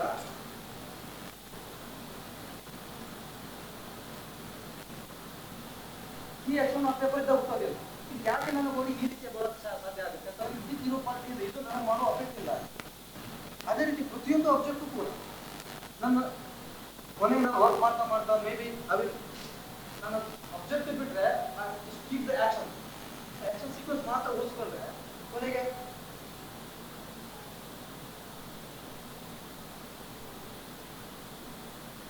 ನನ್ನ ಮೈಂಡ್ ಒಂದು ಇಮೇಜ್ ಬೇರೆ ಇದೆ, ನಾನು ಮಾಡ್ತಿರೋ ಎಕ್ಸ್ಪ್ರೆಷನ್ ಬೇರೆ ಇದೆ. Now if I'm working with a script or a text or a line or a concept or idea, the whole sequence comes to transform. ನಾನು ಅದಕ್ಕೆ ಮೀನಿಂಗ್ ಕೊಡಬೇಕು. ನಾನು ಜಾಸ್ತಿ ವರ್ಕ್ ಮಾಡೋದು ಆ ಟೆಕ್ಸ್ಟ್ಗೆ ನಾನು ಮೀನಿಂಗ್ ಕೊಡಬೇಕು. ಆ ಟೆಕ್ಸ್ಟ್ಗೆ ಇರುವ ಮೀನಿಂಗ್ ಜೊತೆ ನಾನು ಓಕೆ ನಾನು ಇದಕ್ಕಿದೆ ನಾನು ಅಡ್ಜಸ್ಟ್ ಮಾಡ್ಕೊತೇನೆ, ಆ ರೀತಿ ವರ್ಕ್ ಮಾಡೋದಿಲ್ಲ ನಾನು. ಅದೇ ರೀತಿ ಬೇರೆ ವಿಡಿಯೋಗಳಲ್ಲೂ ತುಂಬ ಸೀಕ್ವೆನ್ಸ್ಗಳಿದ್ದಾವೆ, ಅದರದ್ದಾಗಲಿ ಈ ಥರದ್ದಾಗಲಿ. Very wait but anyway.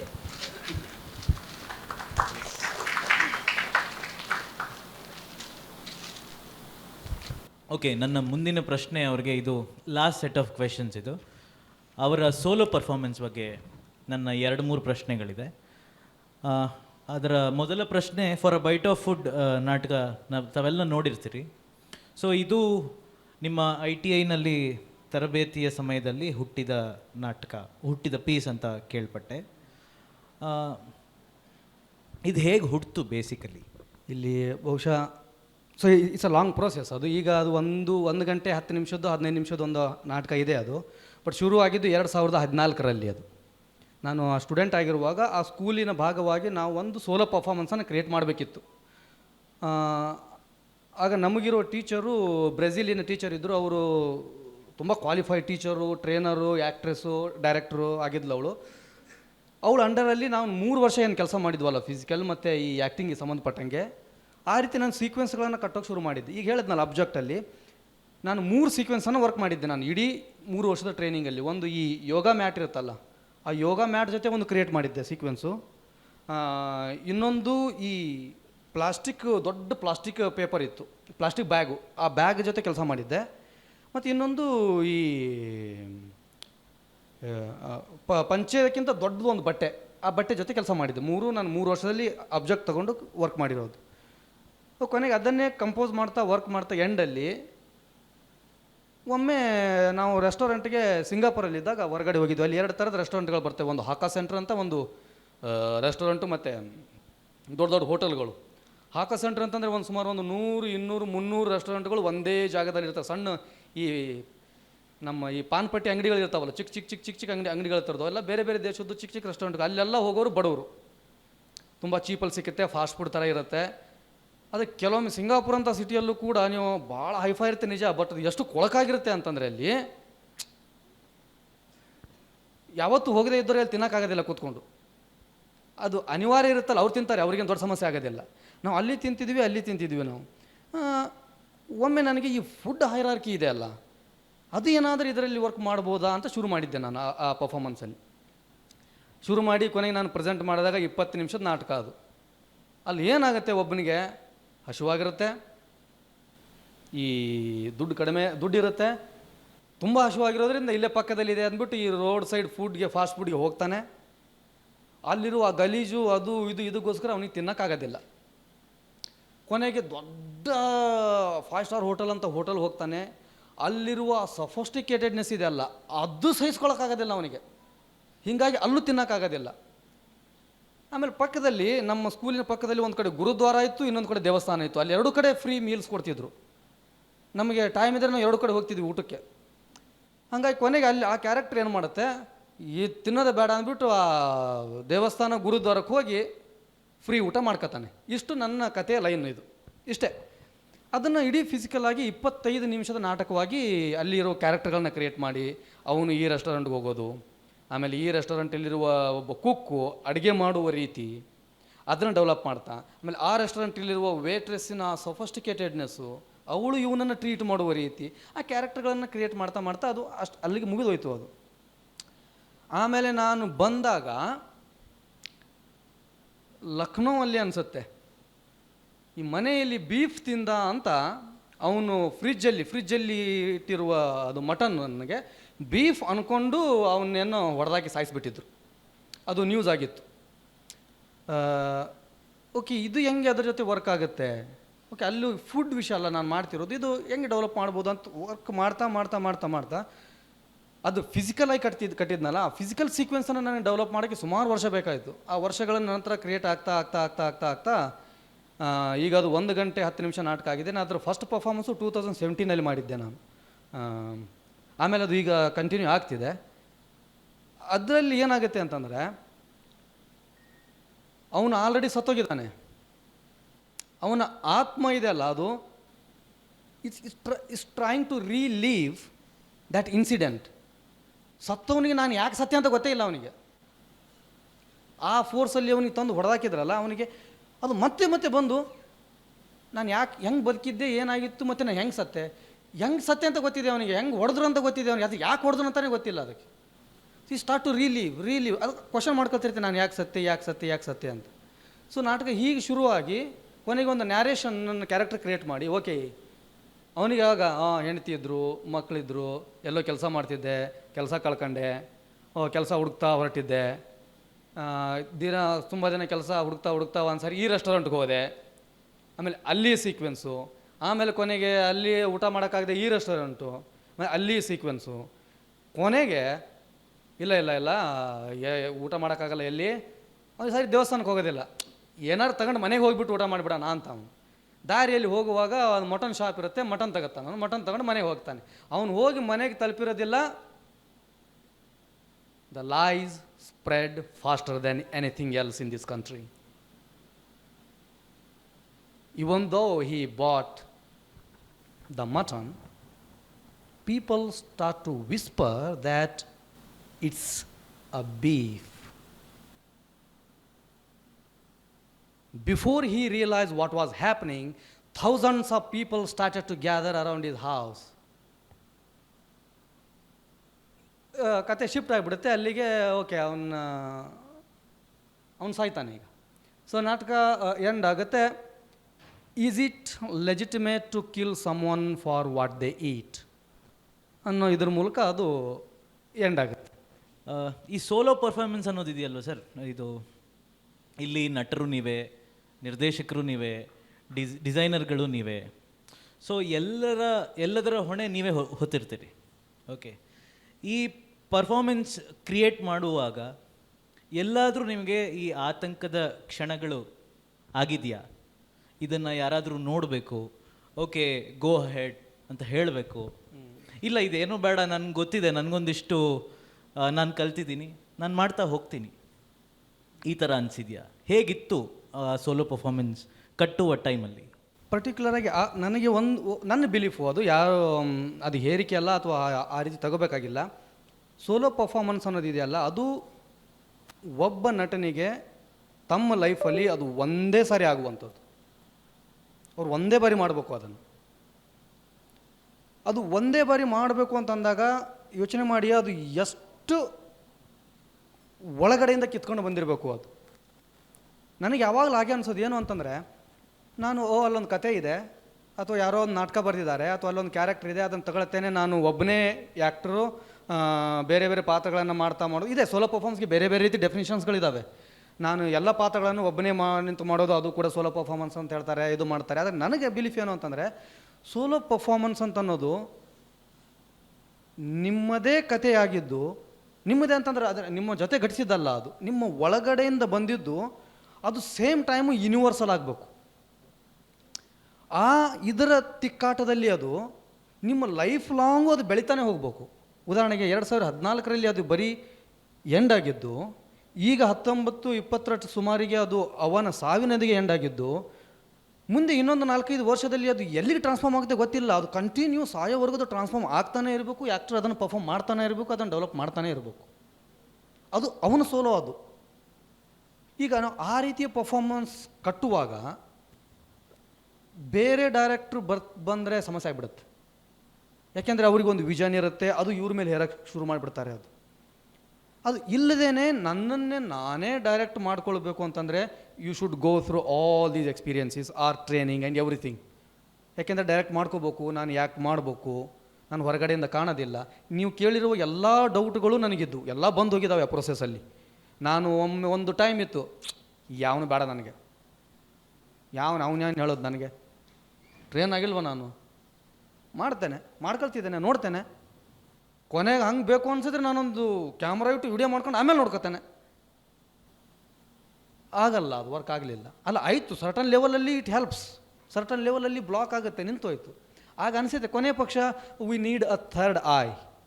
ಯಾರು ಸುಮ್ಮನೆ ಹೊರಗಡೆ ಡೈರೆಕ್ಟರ್ ಅಲ್ಲ, ಬಟ್ ಕೂತ್ಕೊಂಡು ನೋಡಿ ಸದ್ಯ ಎಲ್ಲಿವರೆಗಿದೆ ಅನ್ನೋದು ಒಂಚೂರು ನನಗೆ ಹೀಗೆ ಅನಿಸುತ್ತಪ್ಪ, ನೀನು ಇಲ್ಲಿ ಒಂಚೂರು ಡೆವಲಪ್ ಮಾಡ್ಬೋದೇನೋ, ಅಥವಾ ಇದು ಯಾಕೋ ನನಗೆ ಸರಿ ಅನಿಸ್ತಿಲ್ಲ, ಅವರ ಒಪಿನಿಯನ್ ಹೇಳೋದಿದೆಯಲ್ಲ, ಆ ಒಪಿನಿಯನ್ನ ತೊಗೊಂಡು ಅದನ್ನು ಮತ್ತೆ ನಾನು ಕಂಟಿನ್ಯೂ ಮಾಡೋದು. ಆ್ಯಂಡ್ ಅಗೇನ್ ನೀವು ಯಾರನ್ನು ತೋರಿಸಿ ಅನ್ನೋದು ಭಾಳ ಇಂಪಾರ್ಟೆಂಟು. ಅದು ಇವರು ನೋಡೋರು ಒಪಿನಿಯನ್ ಹೇಳೋರು ಇರ್ತಾರಲ್ಲ, ಅವರಿಗೆ ತಮ್ಮದು ಏನೋ ಒಂದು ಹೊರಗೆ ಹಾಕೊಳ್ಬೇಕಂತ ಇರುತ್ತೆ ಅಲ್ಲಿ. ಅಂಥವ್ರನ್ನೆಲ್ಲ ತಂದು ತೋರಿಸ್ಕೊಂಡು ಕೊಟ್ಬಿಟ್ರೆ ನೀವೇನು ಮಾಡೋಕ್ಕಾಗಲ್ಲ, ನಾವೇನು ಮಾಡೋಕ್ಕಾಗಲ್ಲ, ಮುಗಿದ ಕತೆ ಅದು ಅಲ್ಲಿಗೆ. So you should trust the person. ಆ ಟ್ರಸ್ಟ್ ಎಲ್ಲಿವರೆಗೆ ಇರಬೇಕು ಅಂತಂದ್ರೆ, ಇಲ್ಲ ಅವರು ನನಗೆ ನಿಜವಾಗಲೂ ಈ ಪ್ರೊಸೆಸ್ಸಲ್ಲಿ ನನಗೆ ಅವ್ರು ಹೆಲ್ಪ್ ಮಾಡ್ತಾರೆ, ಇದು ನನಗೆ ಹೆಲ್ಪ್ ಆಗುತ್ತೆ ಅನ್ನೋ ವ್ಯಕ್ತಿ ಒಪಿನಿಯನ್ ಇಂಪಾರ್ಟೆಂಟ್. ಯಾಕೆಂದರೆ ನಾವು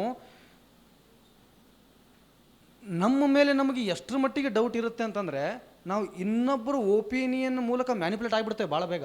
ಇಟ್ಸ್ ವೆರಿ ಈಸಿ. ಯಾರೂ ಇಲ್ಲದೆ ಇರುವಾಗ ನಾವು ಮ್ಯಾನಿಪುಲೇಟ್ ಆಗೋದು ಭಾಳ ಈಸಿ ಅದು.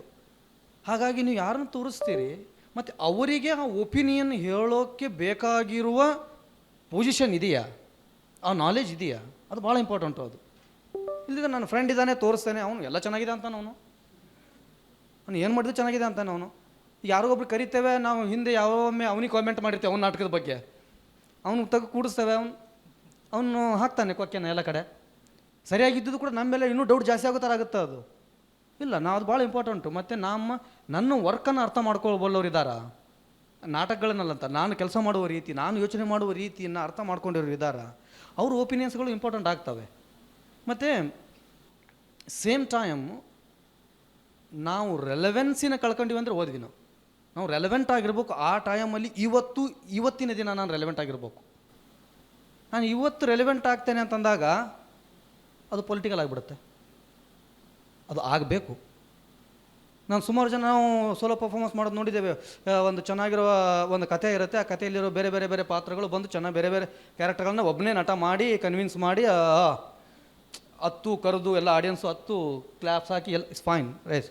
ಆದರೆ what I am saying Y, ನಾನು ಯಾಕೆ ಮೊನ್ನೆ ಅದೇ ಹೇಳ್ತಿದ್ದೆ, ನಾವು ಥಿಯೇಟ್ರ್ ಯಾಕೆ ಮಾಡ್ತೇನೆ, ನಾನು ಯಾರಿಗೋಸ್ಕರ ಮಾಡ್ತಿದ್ದಾನೆ? ಯಾವಾಗ ಈ ಕ್ವಶನ್ ಬರುತ್ತೋ ದೆನ್ ಇಟ್ಸ್ ಬಿಕಮ್ ಪೊಲಿಟಿಕಲ್. ನಾವು ಎಷ್ಟೋ ಪರ್ಫಾರ್ಮೆನ್ಸ್ಗಳು ಇಲ್ಲ ಪಾಲಿಟಿಕಲ್ ಆಗಬಾರ್ದು, ಅದನ್ನ ಪಾಲಿಟಿಕ್ಸ್ ನಮ್ಗೆ ಬೇಕಾಗಿಲ್ಲ, ನಾವು ನಾಟಕ ಅಲ್ವ ಮಾಡೋದು, ನಾವು ಆರಾಮಾಗಿ ನಾಟಕ ಮಾಡಬೇಕು. ನಾವು ಇಲ್ಲಿ ಬ್ರೆಕ್ಟ್ ಭಾಳ ಇಂಪಾರ್ಟೆಂಟ್ ಆಗೋದು ನಮ್ಗೆ ಇಲ್ಲಿನೇ.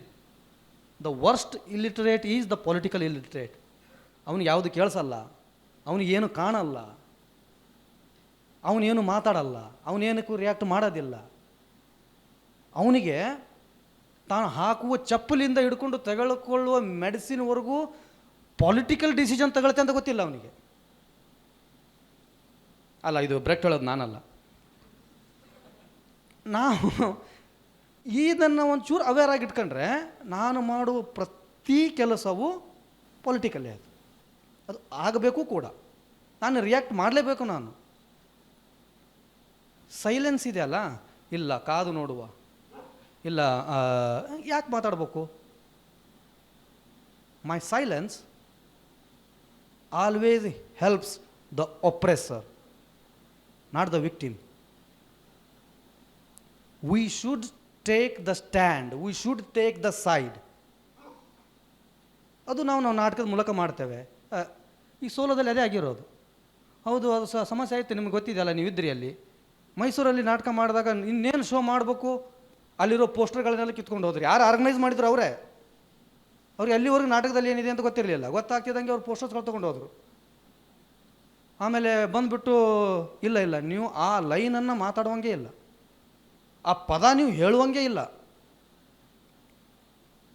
The line very simple. Is it legitimate to kill someone for what they eat? ಆ ಲೈನೇ ಮಾತಾಡೋಂಗಿಲ್ಲ ನೀವು ನಾಟಕದಲ್ಲಿ. ನನಗೆ ಆವಾಗಲೇ ಅನಿಸ್ಬಿಡ್ತು, ಓಕೆ ನಾಟಕ ಸಕ್ಸಸ್ ಆಗೋಯ್ತು, ಇದು ದಟ್ಸ್ ಇಟ್. ಇನ್ನೂ ನಾಟಕ ಮಾಡಿಲ್ಲ ನಾವು, ಆದರೆ ಆ ಲೈನ್ ಆಲ್ರೆಡಿ ಅವರಿಗೆ ಯೋಚನೆ ಮಾಡೋ ಥರ ಮಾಡ್ತಿದೆಯಲ್ಲ, ದಟ್ಸ್ ಇಟ್. ಅದು ಯಾವಾಗ ಆಗುತ್ತೆ? ನಾವು ರೆಲಿವೆಂಟ್ ಆದಾಗ. ಆ ರೆಲಿವೆನ್ಸಿ ಕಂಡ್ಕೊಳ್ಳಿ ಅಂದರೆ ಮುಗೀತದು. ಏನು ಆರ್ಟ್ ತಗೊಂಡು ಏನು ಮಾಡೋ.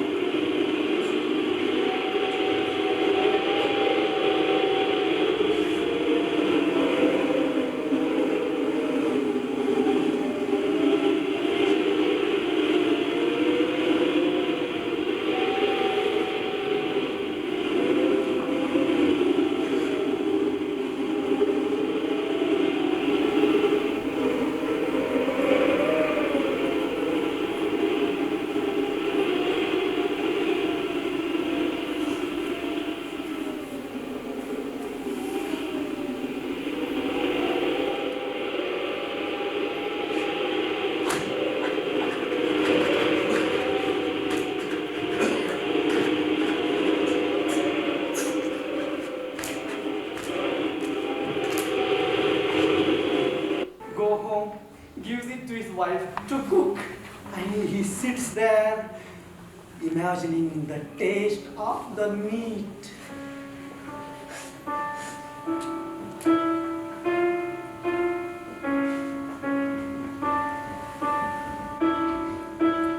But rumors and the lies spread faster than anything else in this country. Although he bought the normal meat, people started to whisper that it's a wrong meat. Within minutes, there are thousands of people started to gather around his house. To hear the whispers, the murmurs, sounds, screams, insults. Before he realized what was happening, somebody knocked at the door. Somebody is climbing up the windows. Somebody is at the back door. Somebody is coming down from the roof. They break the door.